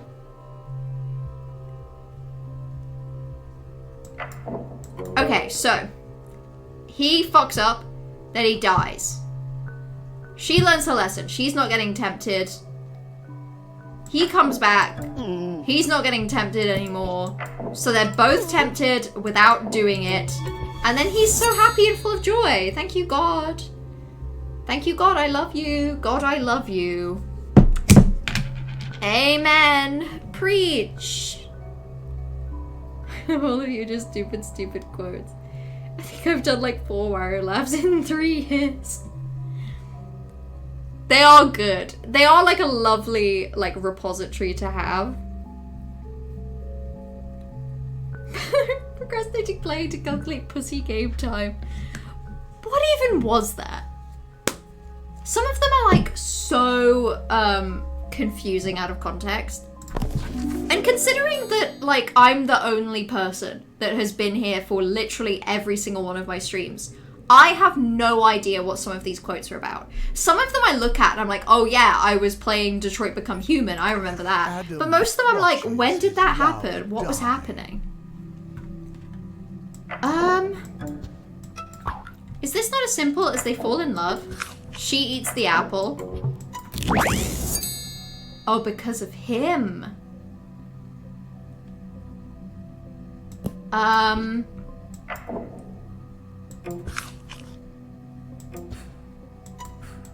So he tempts her. He dies. He comes back to life. And then he watches her die because of the apple. That's so fucked. God is such a piece of shit. Why would he do this to them? Also, why is God a protractor? Anyone have any ideas? Any guesses? Friedrich takes revenge. Cogno game is real. Oh, I remember that one. That one was, I was going through some of my old stream titles, and one of my old stream titles from like 2020 is all Cogno game. Not that I remember what that was about, really. Oh, okay, okay. I think they're in love. She gets tempted. He has to watch her die. So he gets a gun, and he shoots God! That's a good one. I saw the vision of this one immediately. This felt so clear to me. What a treat. The cyclic, mutually toxic. Cyclic, mutually toxic love affair. Okay. Okay, they love each other. They get into a fight. Then she has amnesia. He has amnesia. They fall in love. They fight. Good for them. They kind of need to stop having amnesia, but, you know, at least it lets them fall in love all over again, which I think is beautiful. All gay here, for example, I want tall but lesbians to look like Fallon and Toad and to let me sit on their lap while I play Pokemon and they play with my hair. That sounds delightful. We're all, let's all manifest that with our brains. Okay, it's happening. Bright, I've manifested it. It's in your future. I can't tell you exactly when because that would break. That would be like wishing on a birthday candle and then telling people to wish. You can't do it, you just have to trust. You just have to believe.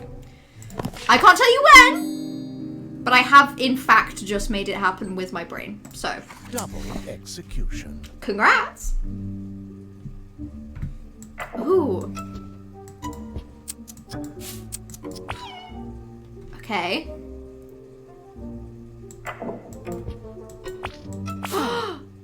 Oh, this is so messed up.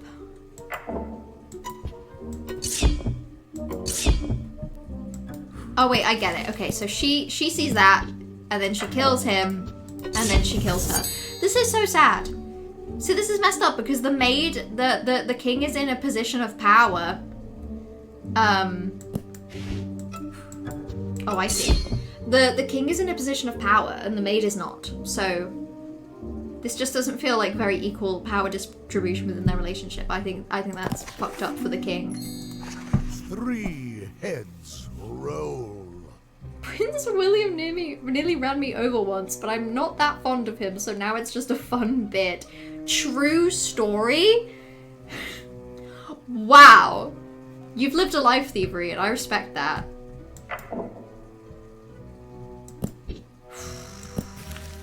Okay. He kidnaps her. She saves him. Wait, the other way around. I got my pronouns wrong. He's executed. The king witnesses their affair. Ooh. So the king kills the queen. And then he kills the knight. These people are very tortured. Transphobic? No! I just got confused. I got really confused and I corrected my mistake with genuine regret. And I learned. I'll get my pronouns right next time. To royalty. I swear to God. Okay. King and the maid having an affair. So the queen kidnaps the king. The maid saves him. So he has the queen killed. And they get married? Again, they're very tortured. I'm quoting myself. What are you going to do about it? Absolutely nothing. I couldn't have asked for a better quote 1743 if I tried. And everyone knows I've been trying to come up with a good quote 1743 and I've just not had it in me. Rules alone. Rules alone. Okay. Okay, maybe he kills the queen, which allows the king and the maid to marry. So...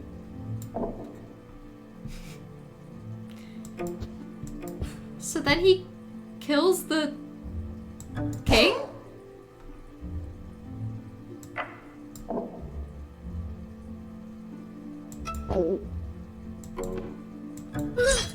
And then he kidnaps her?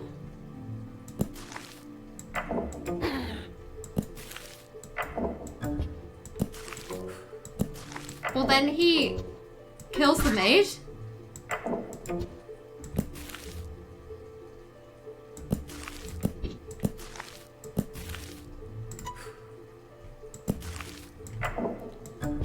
Maybe the Baron kidnaps the queen.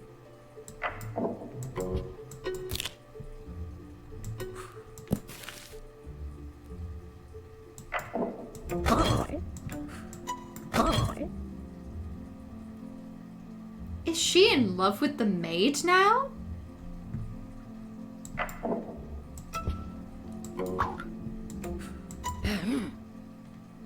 Interesting. What happens if the king is then killed? Is the maid then... Oh, beautiful! Oh my god, love wins, you guys. This is gorgeous. Imaginating the texture of yourself.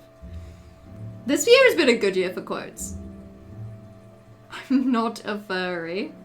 Said with a lot of denial. Too much denial, one could say.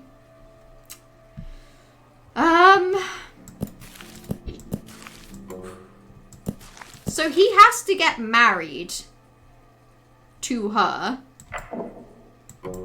Maybe he kills the king?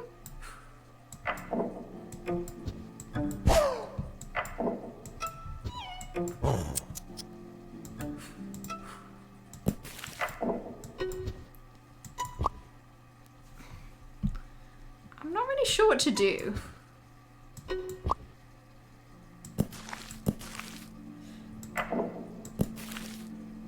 Quota 1, high trash.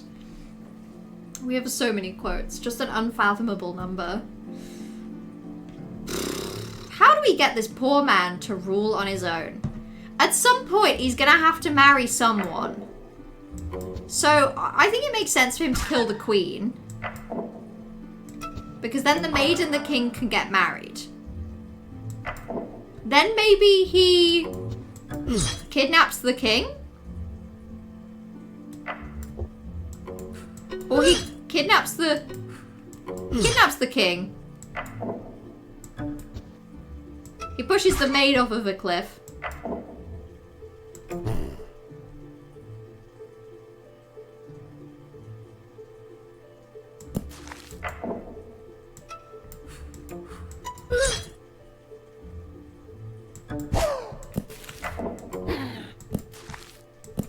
He has to marry someone at some point.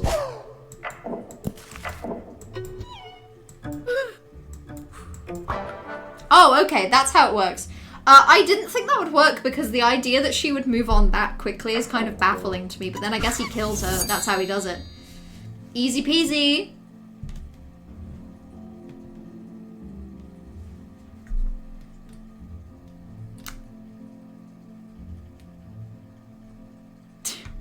Nothing has changed, to be honest. Now I just openly retweet furry art on main. That's beautiful. We're learning a lot about each other here today, and I'm learning a lot about how my brain processes information and words. Oh, werewolves! This is perfect because we were just talking about furries. The game has devolved into background noise to me. Hey, that's so valid. I think this kind of game where it's like a puzzle game, but I don't know, I feel like it's the kind of puzzle game where I feel like I'm dedicating more of my brain space to this. But it's also not, it's not like when I'm playing Outer Wilds and I feel like there's something compelling about seeing what I'm doing. I feel like some of this is just like okay to hear. I feel like me saying things like, oh, but Bernard has to go into the forest because otherwise Juliet won't be able to see the moon. Like, that's fine. That's enough information. Okay. Oh no!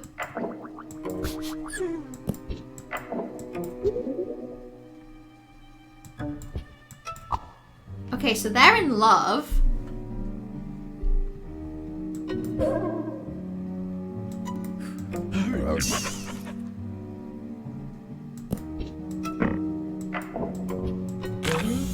Oh shit, okay, so it is exactly what I thought. He loves her, he turns into a werewolf, he eats the top half of her body. He wakes up, he finds out, he poisons himself. Okay, that makes perfect sense. I hope all of that was good to listen to as well with my words. To enact revenge. What game will I play after this? You've just... Oh, okay, so I was originally thinking about doing like a vote. But then I thought like, what if I just pick? What if I just pick? So I think I narrowed it down to a couple of things, and I'm just gonna see how I feel in the moment. But it's probably gonna be Plague Tale Requiem, actually. Because it's been, like I say, it's probably been like 4 years, maybe even 5 years since I played Plague Tale Innocence. And I've been sitting on Requiem for ages, so I would like to go back to it. And I feel like people enjoyed Plague Tale Requiem. I think it went down well. It's not coming home, guys. You don't deserve it. Damn, I think that was just before as well. We all knew. Okay, she's not having an affair with the dog. Does the dog care?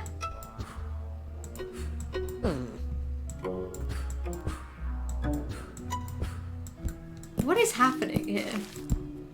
Pet comes back to life to exact revenge. Is he jealous?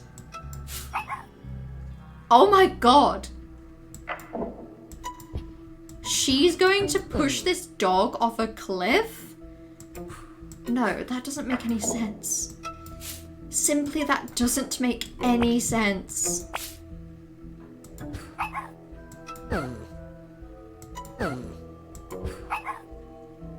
Okay, so this man and his dog love each other.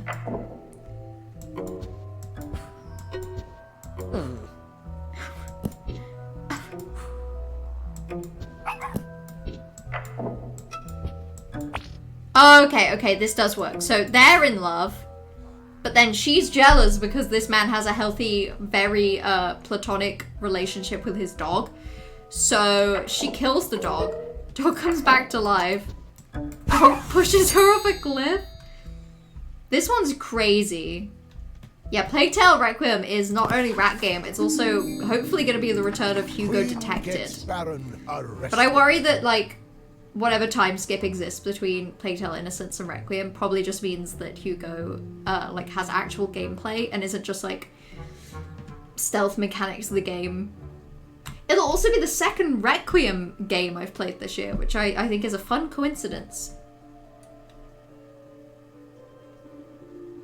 You watched the Spain-Argentina match live with a Spanish partner and you got more into it than I've ever got with football.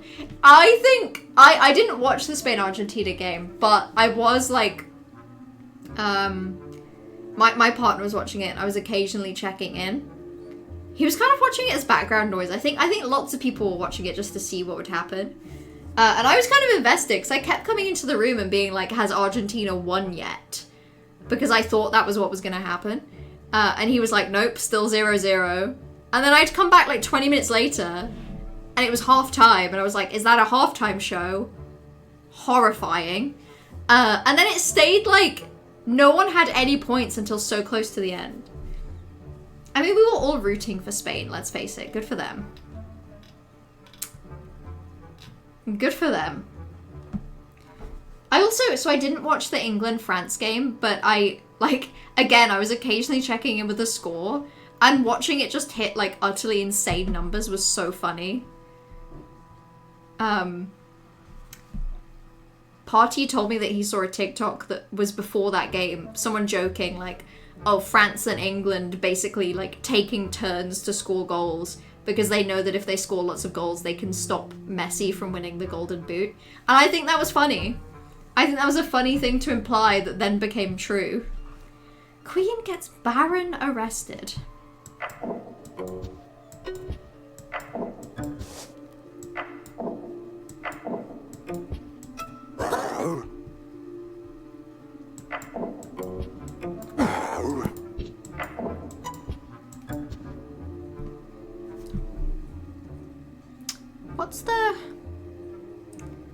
What's the bit here? So she sees the disguise.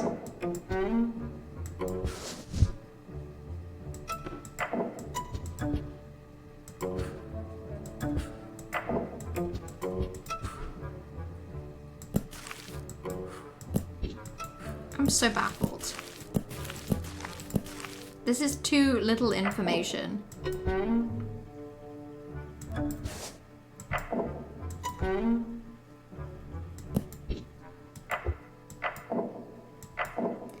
I feel like she needs to see him, and then I feel like she needs to see the costume.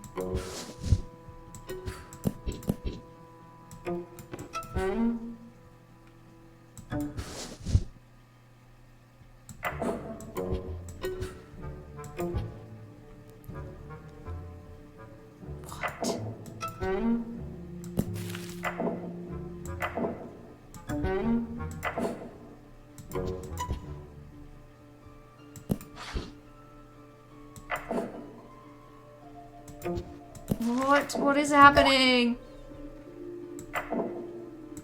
That was it? Okay, hold on. You were too busy watching volleyball to watch the England versus France game.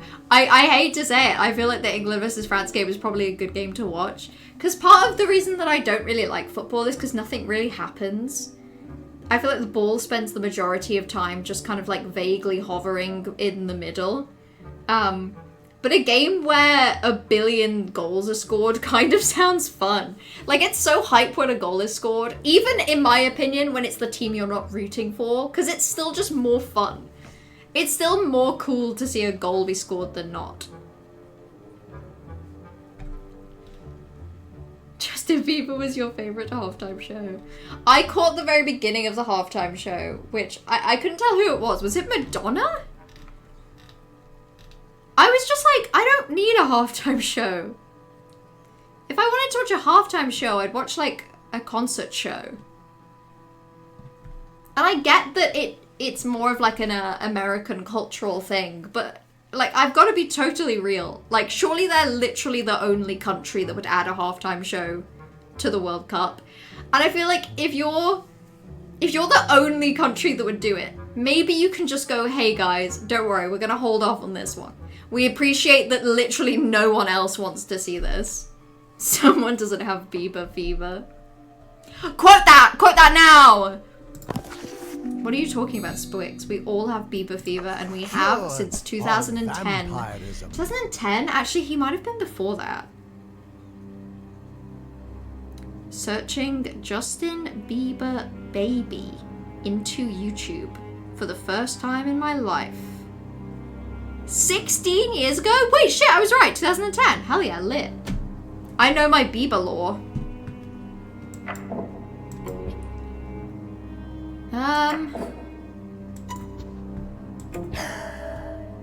Okay. Oh.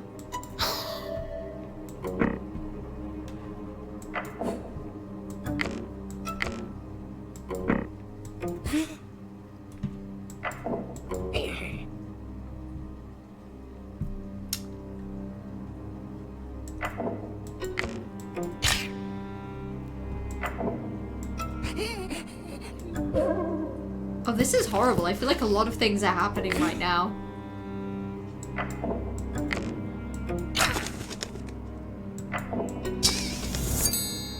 Oh! I see! Intriguing, intriguing. I feel like I just stumbled into that one. I didn't think that was gonna happen.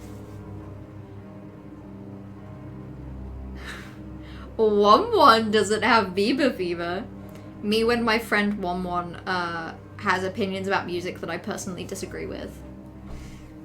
Okay, so I guess she gets turned into a vampire by Dracula. John finds Dracula, consults the professor. The professor says if you kill Dracula, Mina will simply be okay. Which apparently is true. Apparently that's a fact. Monster is slain. Okay.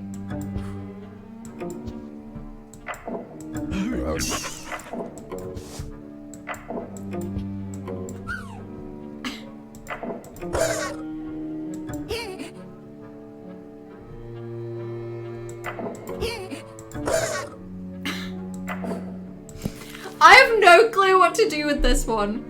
Monster is slain?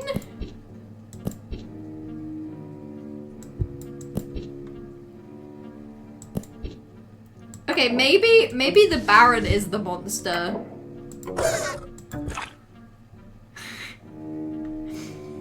I'm actually baffled that this doesn't count.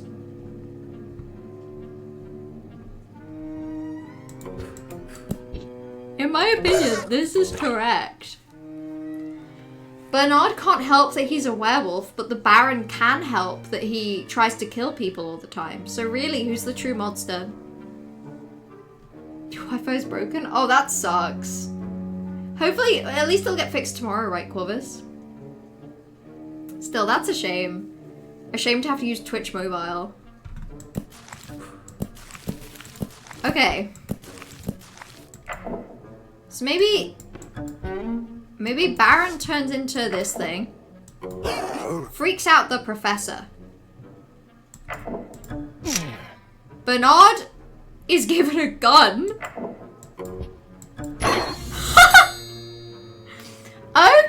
Okay, so that's how that works.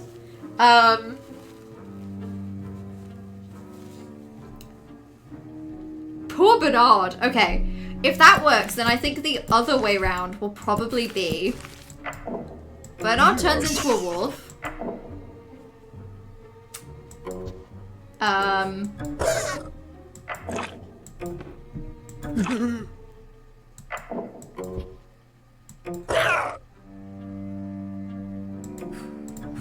Okay, I actually have no idea how to kill this werewolf.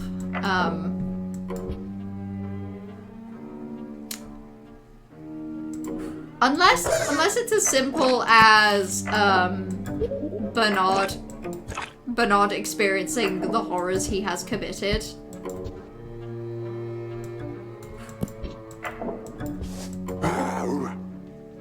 But I don't think that's it.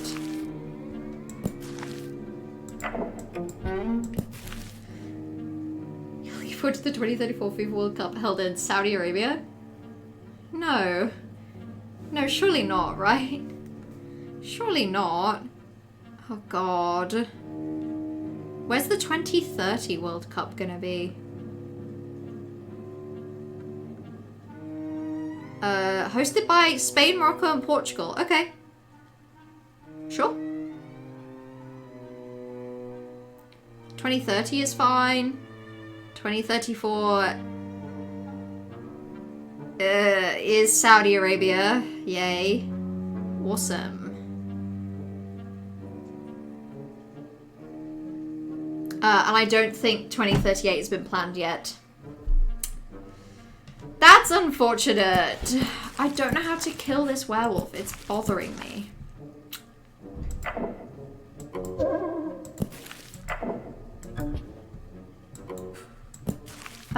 Maybe Baron freaks out Bernard. And then Bernard gets a gun, but he turns into a werewolf. He eats the professor. And then he's... That doesn't quite work, does it now?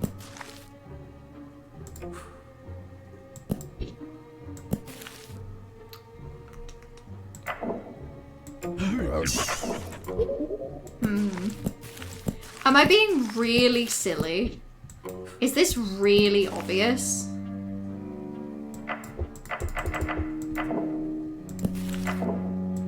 I feel like it's not obvious.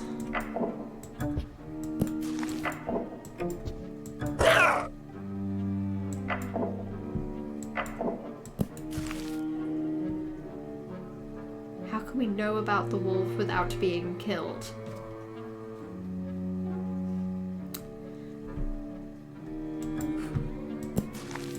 The only person that... Oh, yeah, shit. Okay, wait, that is obvious. So, Bernard turns into a wolf. Baron disguises himself. The two of them meet in the forest.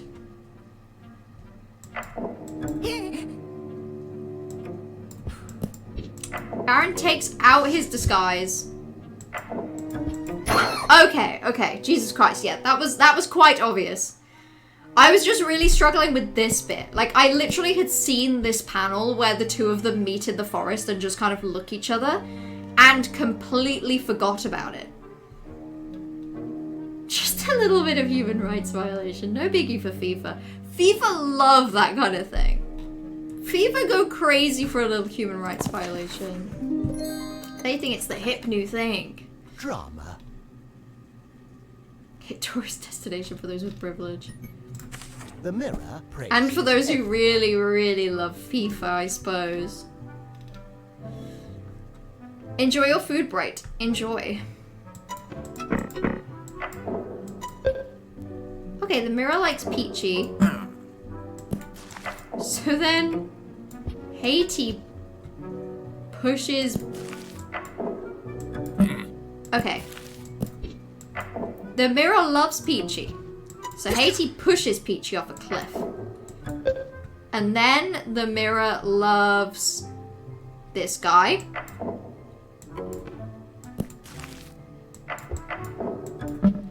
Okay, so the frog pushes Haiti off a cliff. Frog, you gotta push people off the cliff, okay?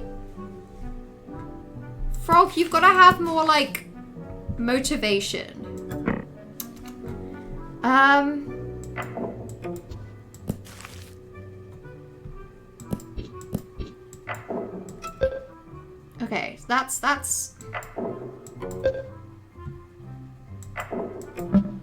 That's two people.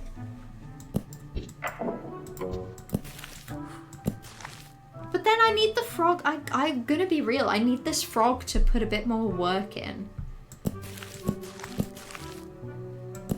Okay, maybe the frog. Does the frog kill Peachy?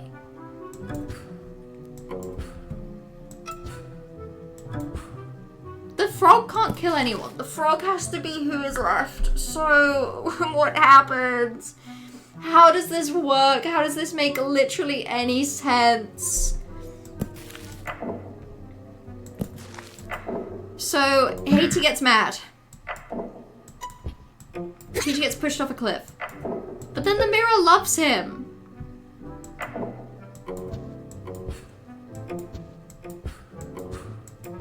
I need him to throw himself off the cliff, with all due respect.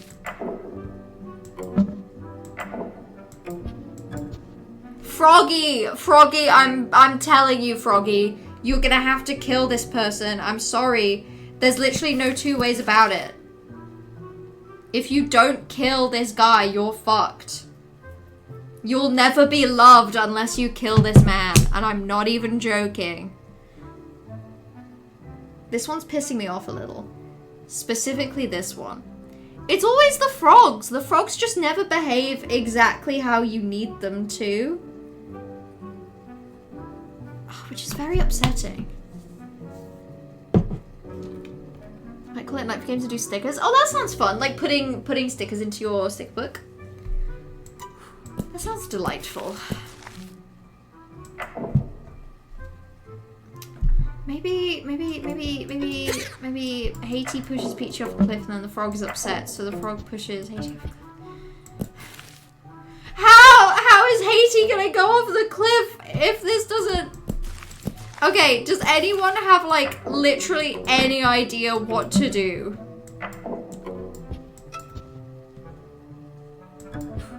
Any ideas, anyone? I'm gonna be so for real, I might look this up, because I feel like I'm losing my marbles.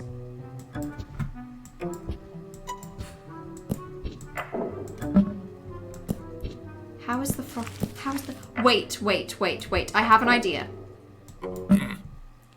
Haiti is mad. So he pushes Peachy off a cliff.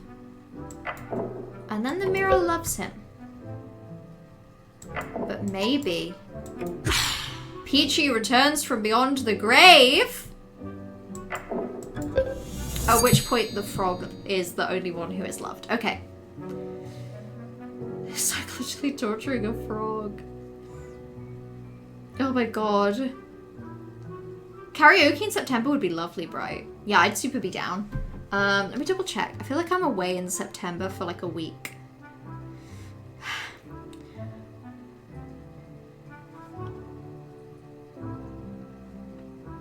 Okay, message me about dates, Bright. But there's like 2.5 weeks in September where I'm just not even in the country. I have a holiday for 1 week, and then a work trip for basically 1 week. I said karaoke. I don't want to go on a date. Don't get this twisted. Hey, message me and several people. Pick out a date for yourself, and then we can arrange a time to do karaoke. That's all I'm saying. That's all I'm saying. I did forget about ghosts, low-key. I forgot about, like, the circle of life and death. I just got an achievement, by the way, for playing this for more than 2 hours, which feels kind of embarrassing. Haiti murders father and marries mother. Ugh. Okay. Haiti murders father.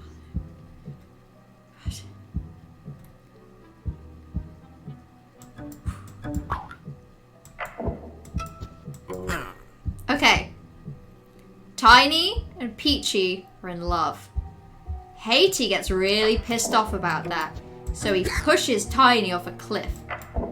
Then, Peachy and Haiti get married.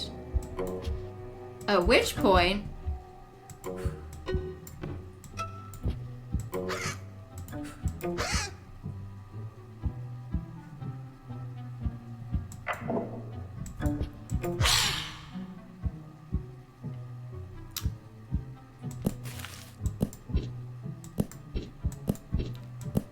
maybe he has to find this information out first?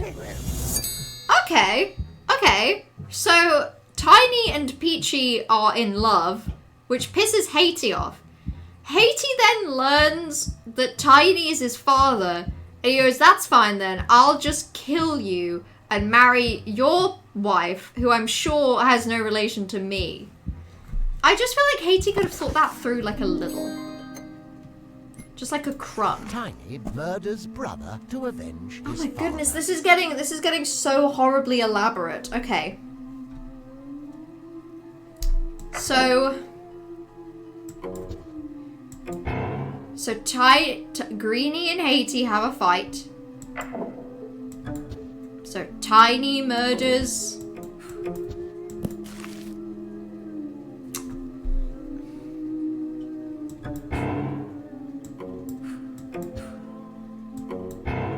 I'm beginning to absolutely lose my marbles with this. I think what's happening is exactly what I thought would happen. I'm so close to the end. Tiny murders brother I don't want to avenge his have to finish this another time, but like I'm beginning to lose my marbles. Doggy dog world. Tiny murders his brother. Maybe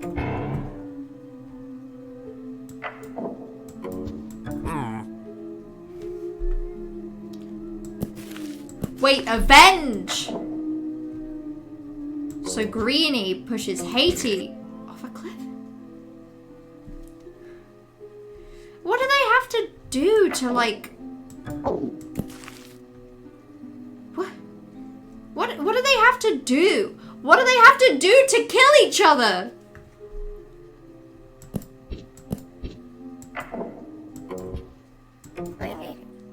Oh.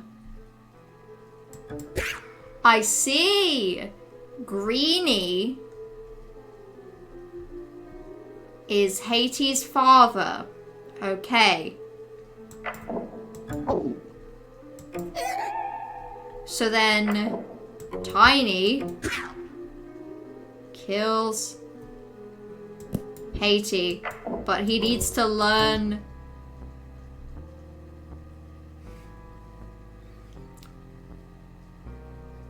Wait, I'm so confused. I can't wrap my head around any of these people's relations. So Green One is the father of Tiny.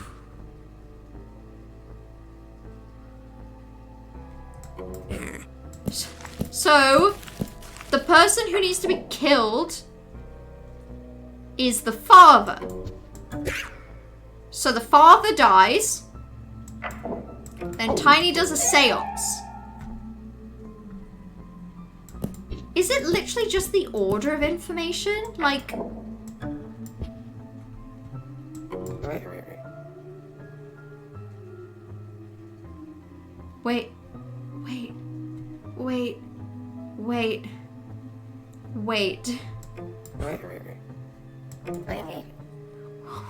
Wait. Wait, he has two fathers? Or they... Greenie is the father of both. Oh, okay, the dialogue only says I'm your father. So Haiti says that. They have an argument, at which point Greenie kills Haiti.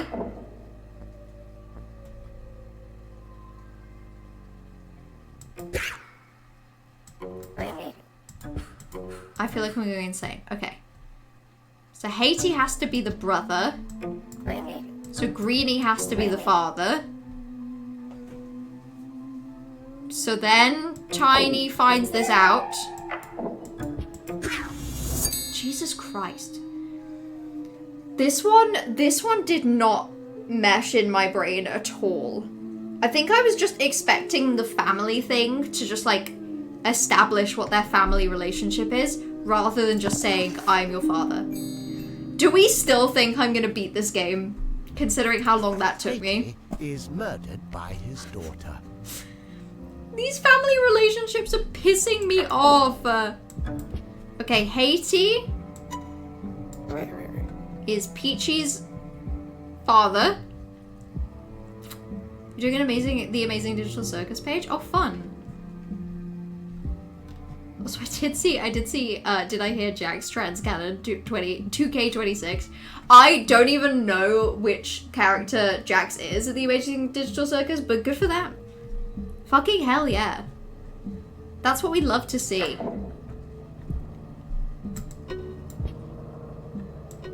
Katie's murdered.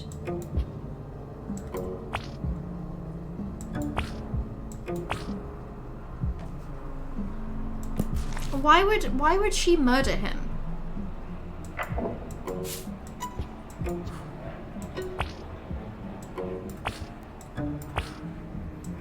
What circumstances? Wait.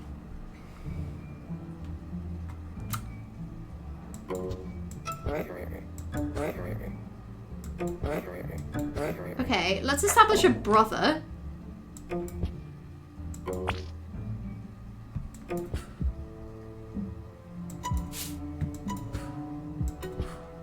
I have no idea with this one what I'm doing.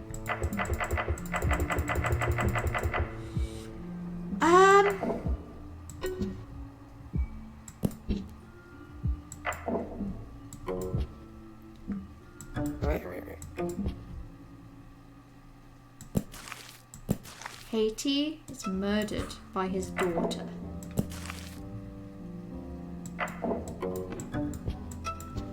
She has no reason to just do it.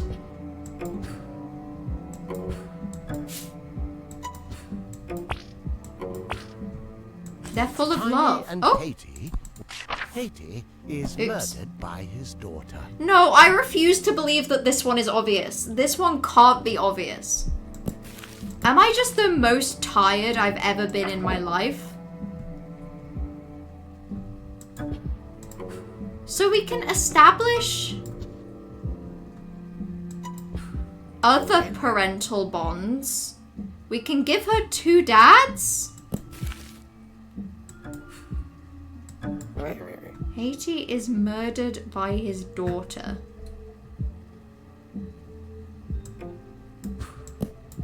Does that reveal have to come?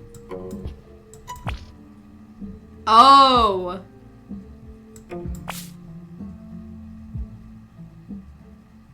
I see. But then why would this happen? Why would this happen?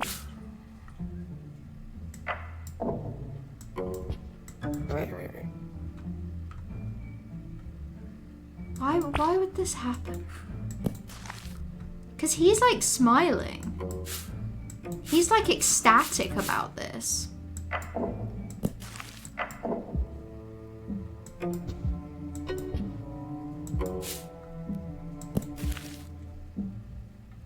No, this can't be obvious.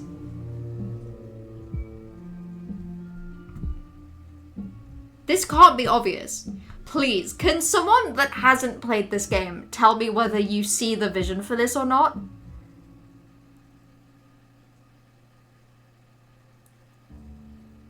I swear this isn't obvious. Why are there so many people?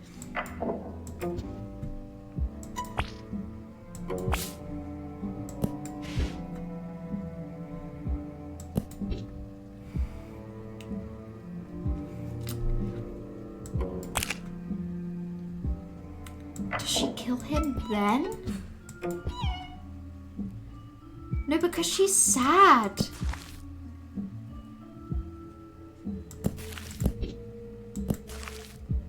I actually think I'm gonna have to give up because I might cry.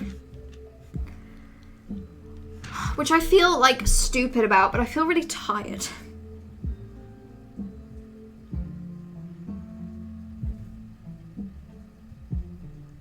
And I can't imagine how I'm gonna do like... There's another chapter after this. How does that even work? I really don't want to come back to this game though.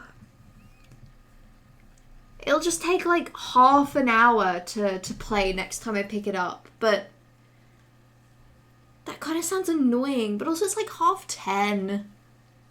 I should probably just stop. Drama. I just have absolutely no idea.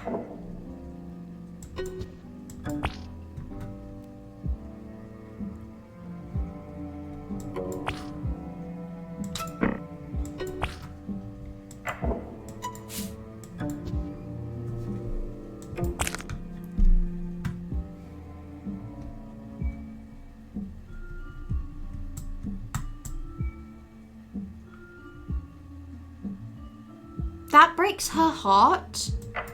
But then even heartbroken, she won't kill the bastard. Will she only kill the bastard if he cheats on her and then she finds out they're related?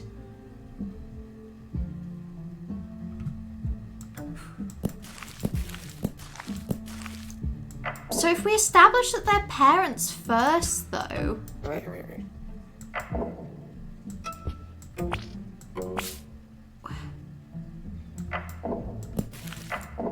What?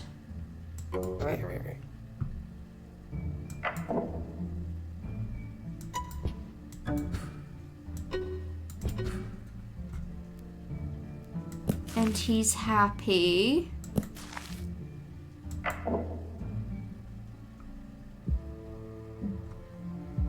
You could just not finish, ever. I guess I could, but I do, like, I have enjoyed this game. I just hate, like, hitting a roadblock like this. Like, I feel like I have a pretty long-term,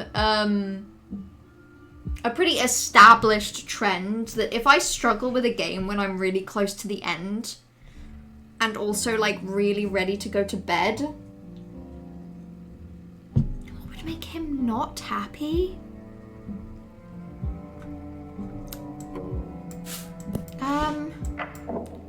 Okay, let's say that Bluey likes someone else. Okay.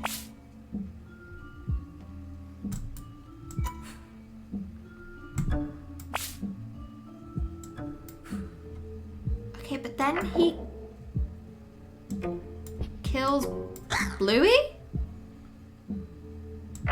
And then Peachy finds out? Oh my god. That made me miserable. There was an added layer. He was just protecting her. What? How?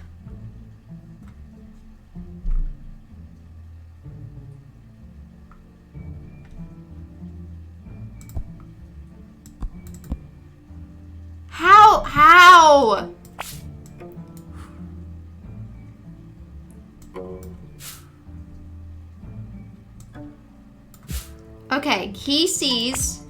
Okay, wait, I think the protecting her, I understand. He sees those two together. And then he sees Bluey with someone else. So he kills Bluey.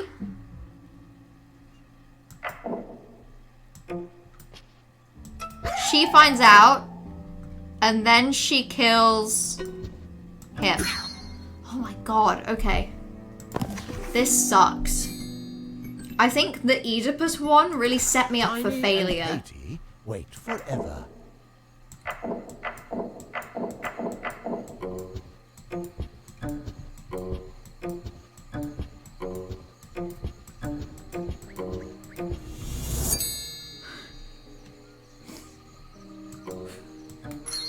Are you kidding me? so simple after that last one. That last one broke me. Waiting for Godot joke.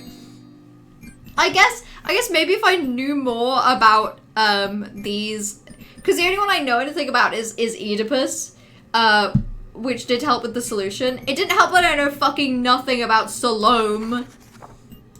Okay. Edgar murders his wife.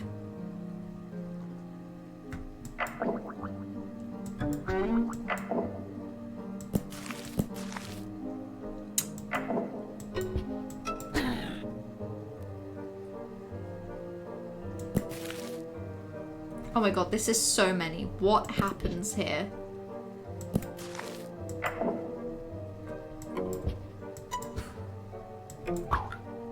They're in love.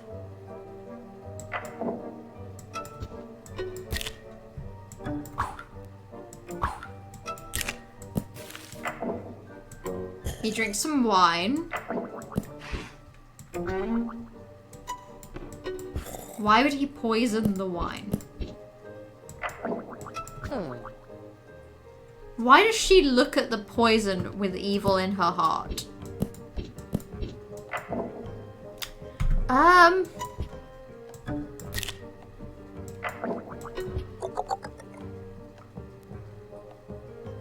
She drinks the poison?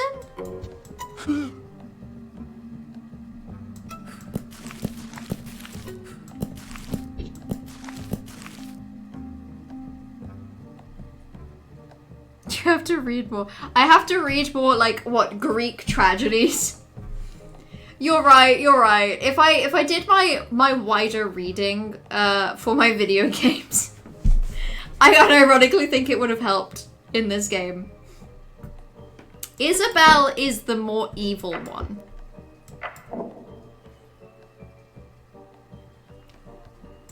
Let's say they're married. They're married. And then she turns him down.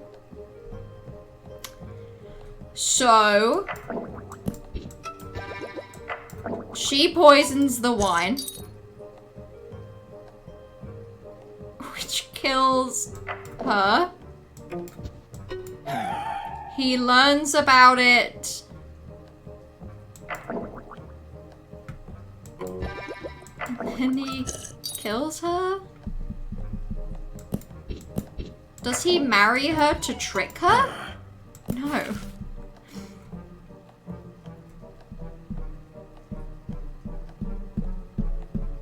Wait, okay, wait, hold on. Wait, I think I have an idea. So...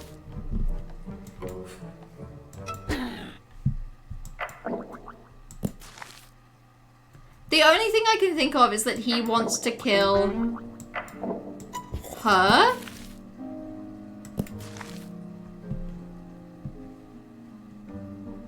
Maybe he falls in love with Isabel and poisons his wife to be with her.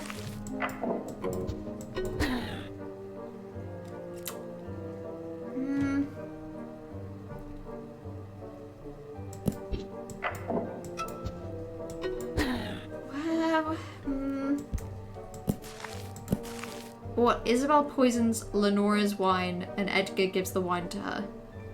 Okay, wait, so it's the one that I did earlier, probably. So it's probably Isabel's pissed off. Isabel poisons the wine.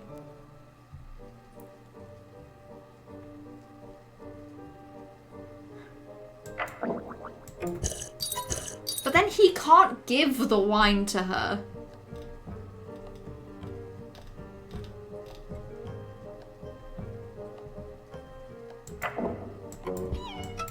Oh my god, it's as simple as that?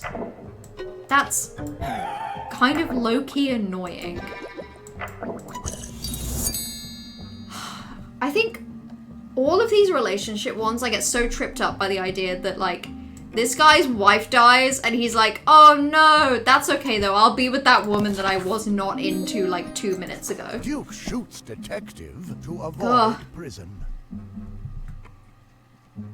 If my English education was better than yours and you live in England. Yeah, we know good at this language though. Duke shoots detective to avoid prison. So...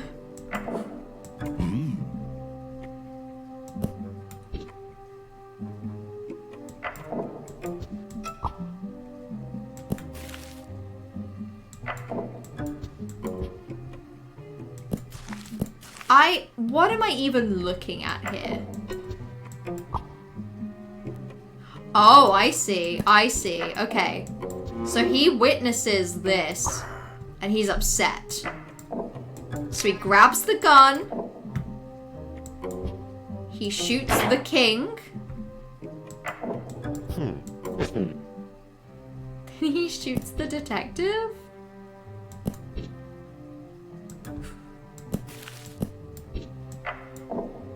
Maybe she witnesses that. So she explains that. And then... Nobody has to shoot.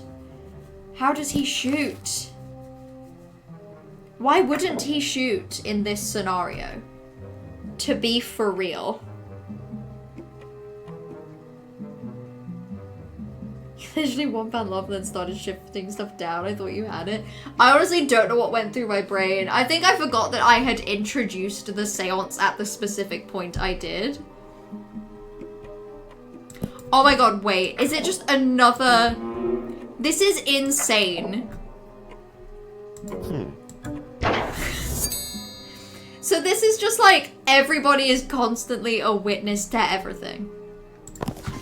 That one was kind of a fun one. I liked that. Faithful husband punished. Melu, here's something to make you less stressed. Whippy woppy doobie grass. This is the song that makes Melu less stressed. Gabba wabba bebop dabba dee doo. This is the less stressed song for you. You know, that is the song I listened to in my darkest moments, Corvus. How did you know? That's my #1 song on Spotify. The song that makes Mello less stressed. I do in fact think it's worked. I don't have high hopes for this one because I have typically struggled with this witch. Unfaithful husband punished.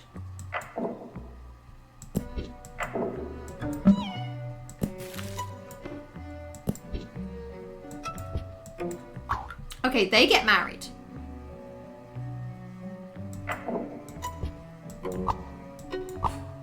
Then they meet in the forest. The witch finds out and turns him into a frog.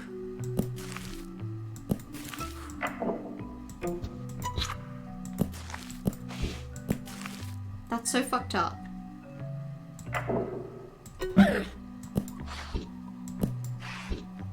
Okay, they're married, but then he cheats.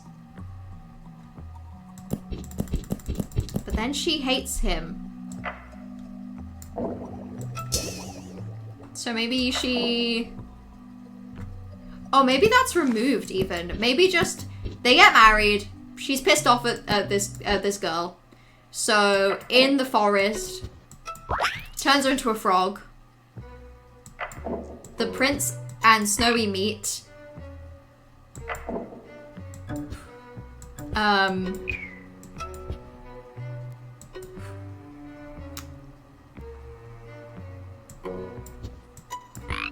He kisses her, and then she turns him into a frog?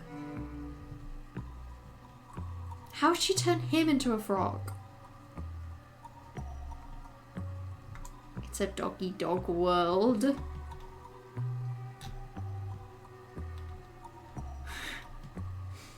Am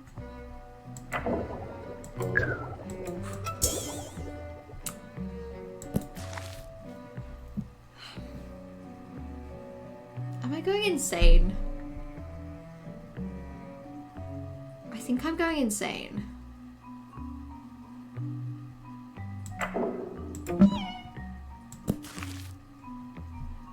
Yeah, I am. Thank you for the confirmation. You know, in a moment of doubt, at least there is one thing I can be sure of.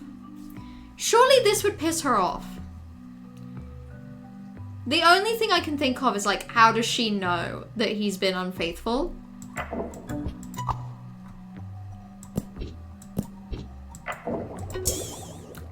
But, like, surely she knows! She's an all-powerful witch. Surely she just knows that this happened.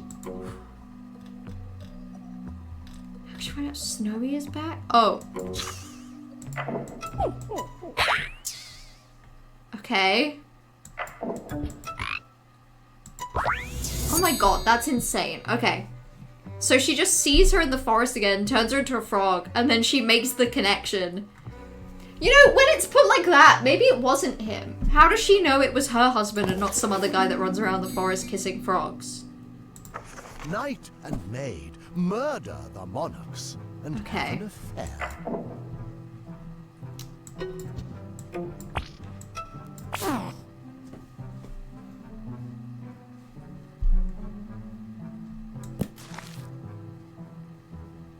Okay, I think the cleanest way to do this. The maid, the king and the maid are having an affair. The queen sees. The queen pushes the king off a cliff.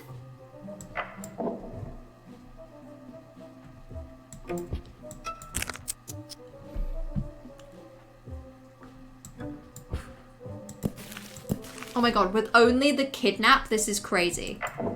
Oh, maybe the...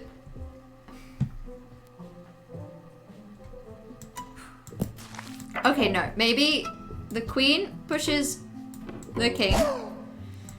And then maybe the maid is sad, so the maid kidnaps her. I thought this one was going to be so easy. I was like, I will get the queen to kill the king, and then the knight will marry the queen while she's grieving. And then the knight will kidnap the queen or something. Knight and maid murder the monarchs and have an affair.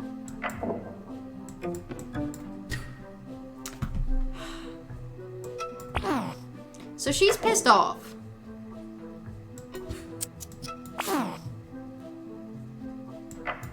Just to check, she doesn't have an affair with him. Knight and maid murder the monarchs.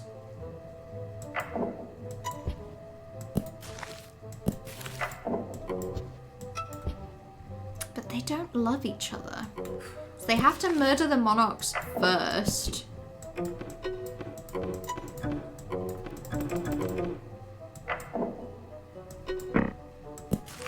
But no one will kidnap anyone, I don't think. Everyone's happy with each other. So literally the first step has to be this happens. Then maybe the queen kidnaps the king?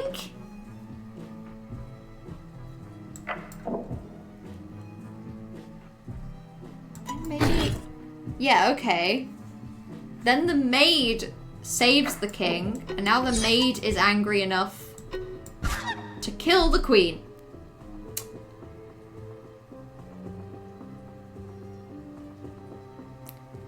So now the queen's gone.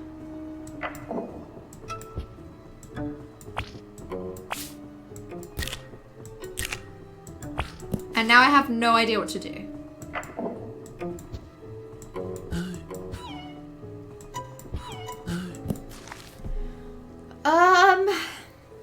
There needs to be a reason for the knight to then kill the king.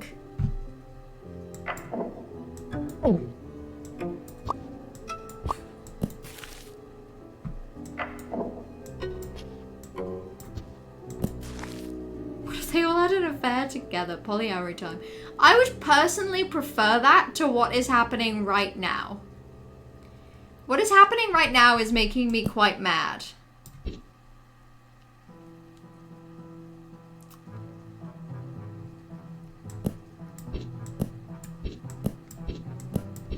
Oh my god, as in like, king and queen are together.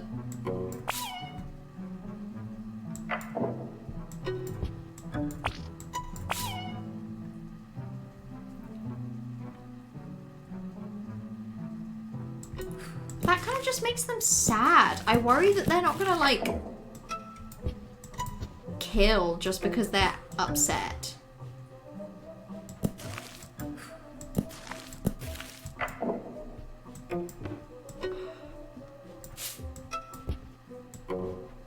Knight and maid have an affair, but they just don't like each other. I mean, maybe if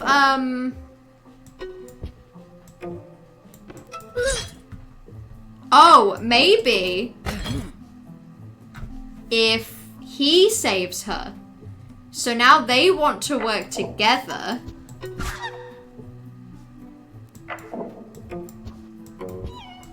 But then no one has any reason to kill this king. Someone needs to kill the king. Oh my god, I want to go to bed so badly. Go honk zoo thievery. That sounds delightful.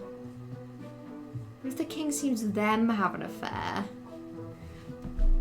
As in...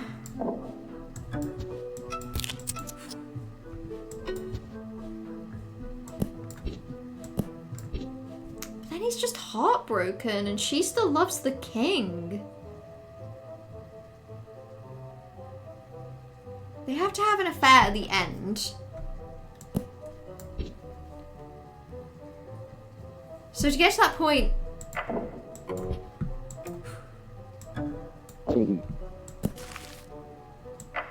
Oh, what if the king sees them? Like, he sees them and he doesn't understand?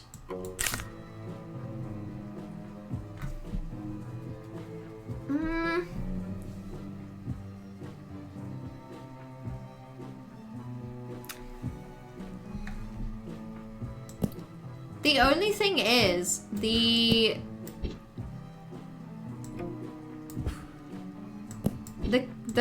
knight and the queen just won't have an affair.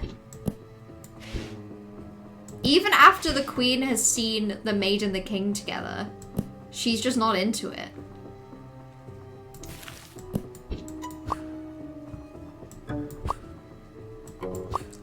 So honestly, at a certain point, the only action that has any consequence is this. And then maybe...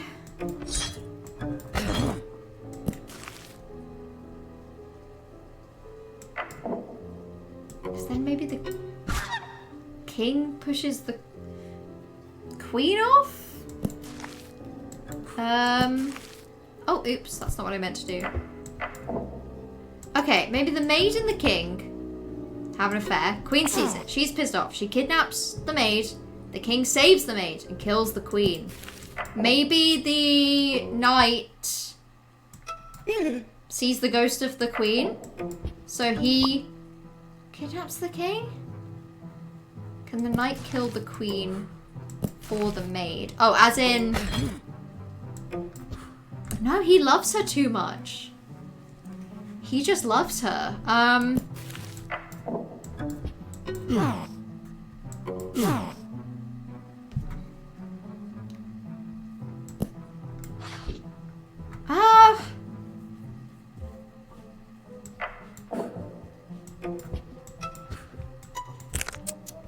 Even then, she doesn't like him. This is...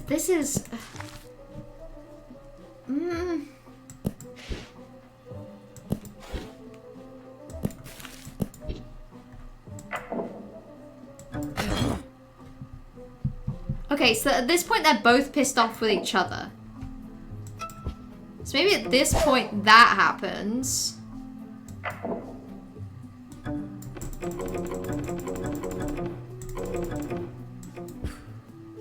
And then maybe the queen kidnaps the maid again?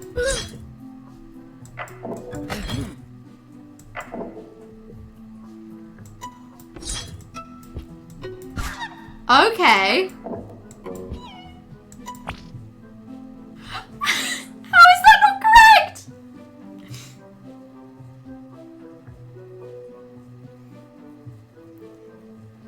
This is the only thing that does anything. The king and the maid have an affair. That pisses off the queen, so she kidnaps the maid. The king saves the maid, which pisses off the king. But then the queen kills the king. The queen kidnaps the maid again, But the knight and maid have to do the murdering.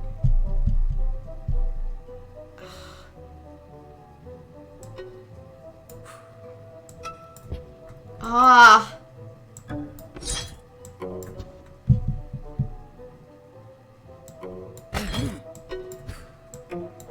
But then he just won't do it. So it has to be the king.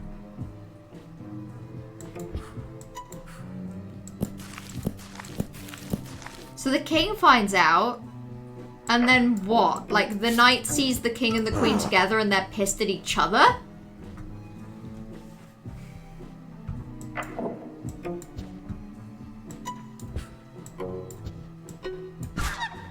But she'll only kill the queen if the queen punishes the king. Oh, that's a good shout. So she kidnaps the king. Then maybe the knight. This knight is so fucking useless. He won't kill anyone. But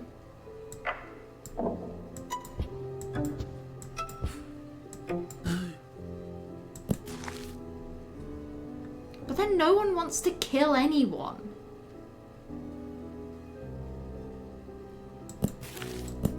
This knight, I swear to God. Okay, the queen has to kidnap the maid. Then maybe the king saves the maid. And the maid kills the queen.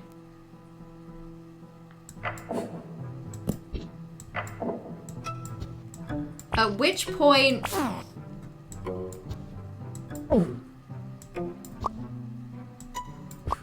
which point nothing happens.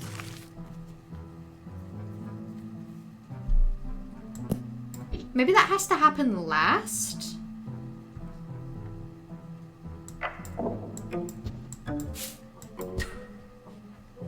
Then they won't do anything. It's this knight. The knight is useless.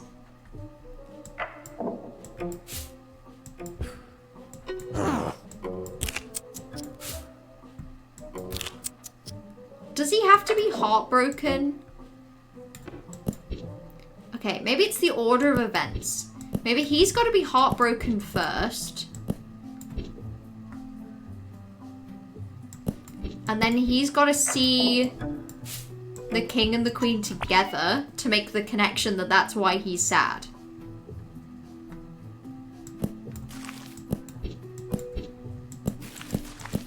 And then maybe the queen kills the king. They still don't want to have an affair, though.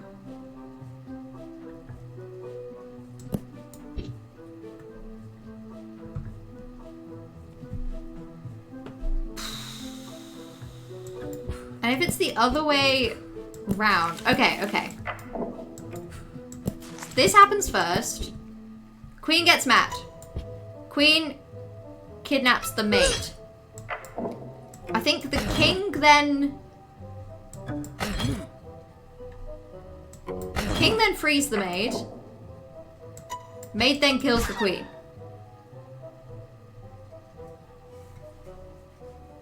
But then why would the fucking knight do literally anything? Queen is dead.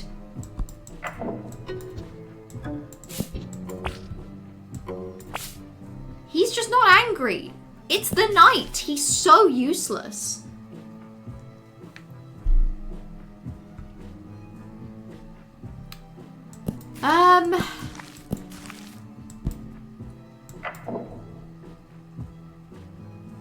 Yeah, that's literally the only problem. How will this, like, in what situation? I think the knight will only kill the king if the king has killed the queen. But then that doesn't make any sense because they have to murder them both together.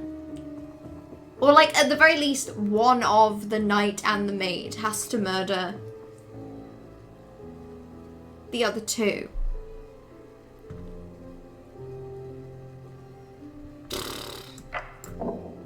Maybe she would. Maybe, okay, maybe...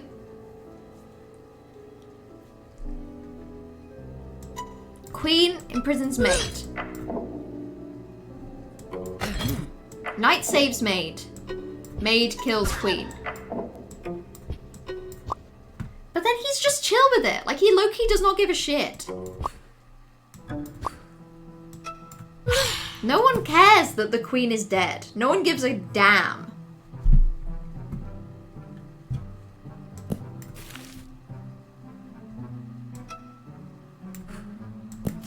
Okay, okay, maybe what happens.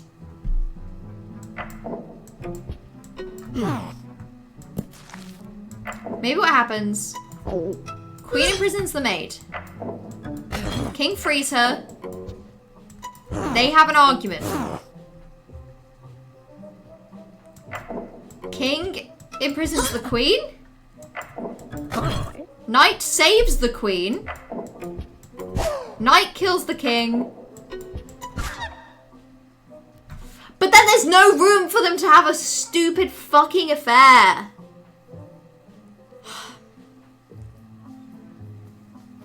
The knight likes the queen. Go to the argument? But they need the argument because otherwise... Oh wait, no, maybe they don't.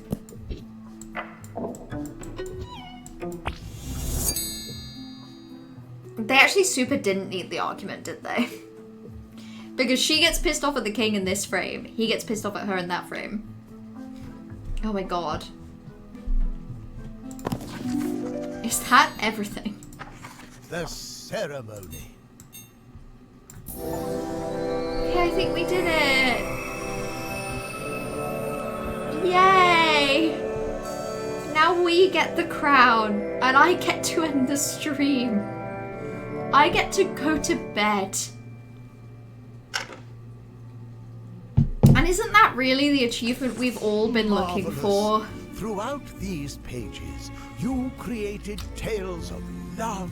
It feels like they were mainly like vengeance based. Vengeance. The most core theme was murdering people, but okay. And the title of Storyteller. Now, Yay! it is time to close We're this all book. storytellers now. Ponder about We the have the shadow of the possibilities crown of the because we get to future wear the crown. And I get to wiggle the mouse and shake the head. Of your own story. Yippee! Do I actually get to close the book and see what it looks like? Secret stamp collection. Oh! Do I not already have these? Secret stamp collection. Oh my god. I don't think I do have these. I think this is like a crazy amount of options for what could happen. Dragon gets arrested? How would any of these things happen? Epilogue. Fascinating. Secret stamp collection. Okay. I did have fun. I did have fun. It's literally like, it's the same thing that happened when I was doing Lace. Like the final boss in Silksong, where like, if I set a time frame in my head of like, oh, I'm going to be able to beat this by the end of the stream. And then if I approach the point where I'm ready to end stream and I haven't met the goal within this like arbitrary time frame I've set for myself, I find it like really hard to like wrap my head around. Also, hello! LGBT. Thank you Bright for the 53-month resub. That's insane. And also LGBT. Someone had to say it. Should play the Incident at Galley House now. Is that a similar puzzle game? I think I asked this earlier, but I don't remember seeing a response. I can Google it. Reimagined take on the 2025 horror text game Type Help. Okay, so it's a horror point and click mystery. LGBT. LGBT. That's my favorite kind of tea. Delicious. Thank you for the bit. It's not similar, it's just really good. Yeah, I mean, it looks like an interesting puzzle horror game. Maybe I'll add it to my my Steam wish list and then see if it goes on sale. Okay.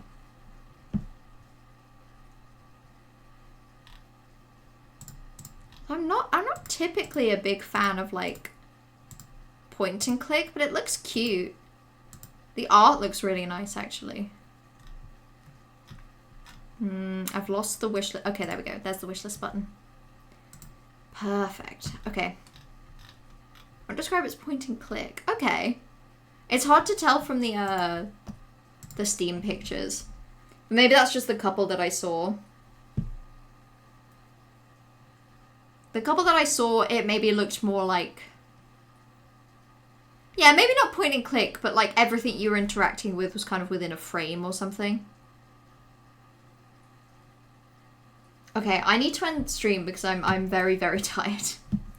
But I'm on holiday for some of the next week, so probably the next time I stream will be next Wednesday. But like I say, I think Plague Tale Requiem would be a good next game to play. Yeah, I'm sorry for like the frustration I had at the end of this game. I did really enjoy it, and I feel like if I wasn't tired, like if I'd started stream an hour earlier and I was ending this game an hour earlier, I think I'd have been fine. I think just because like it hit the point where I was ready to end stream and I was so close to the end, but also because I'm tired, everything was making less sense than normal. But then like that's battling with the feeling of like rush to get to the end. The rushing makes me stupider and the being tired makes me stupider, which makes me slower, and it's just this like awful loop that just sucks. But it's not the game's fault. Like it's partly just the time that I stream, and like streaming at the end of a work day, I guess. Yeah, I'm looking forward to Tuesday. I'm looking forward to the next week in general. I'm looking forward to being on holiday. I'm looking forward to Tuesday. And right now, I'm looking forward to going to bed. So thank you all for hanging out today. I hope you enjoyed Storyteller. Have a lovely rest of your evening and a lovely rest of your week. And until next time, XOXO, go piss, girl.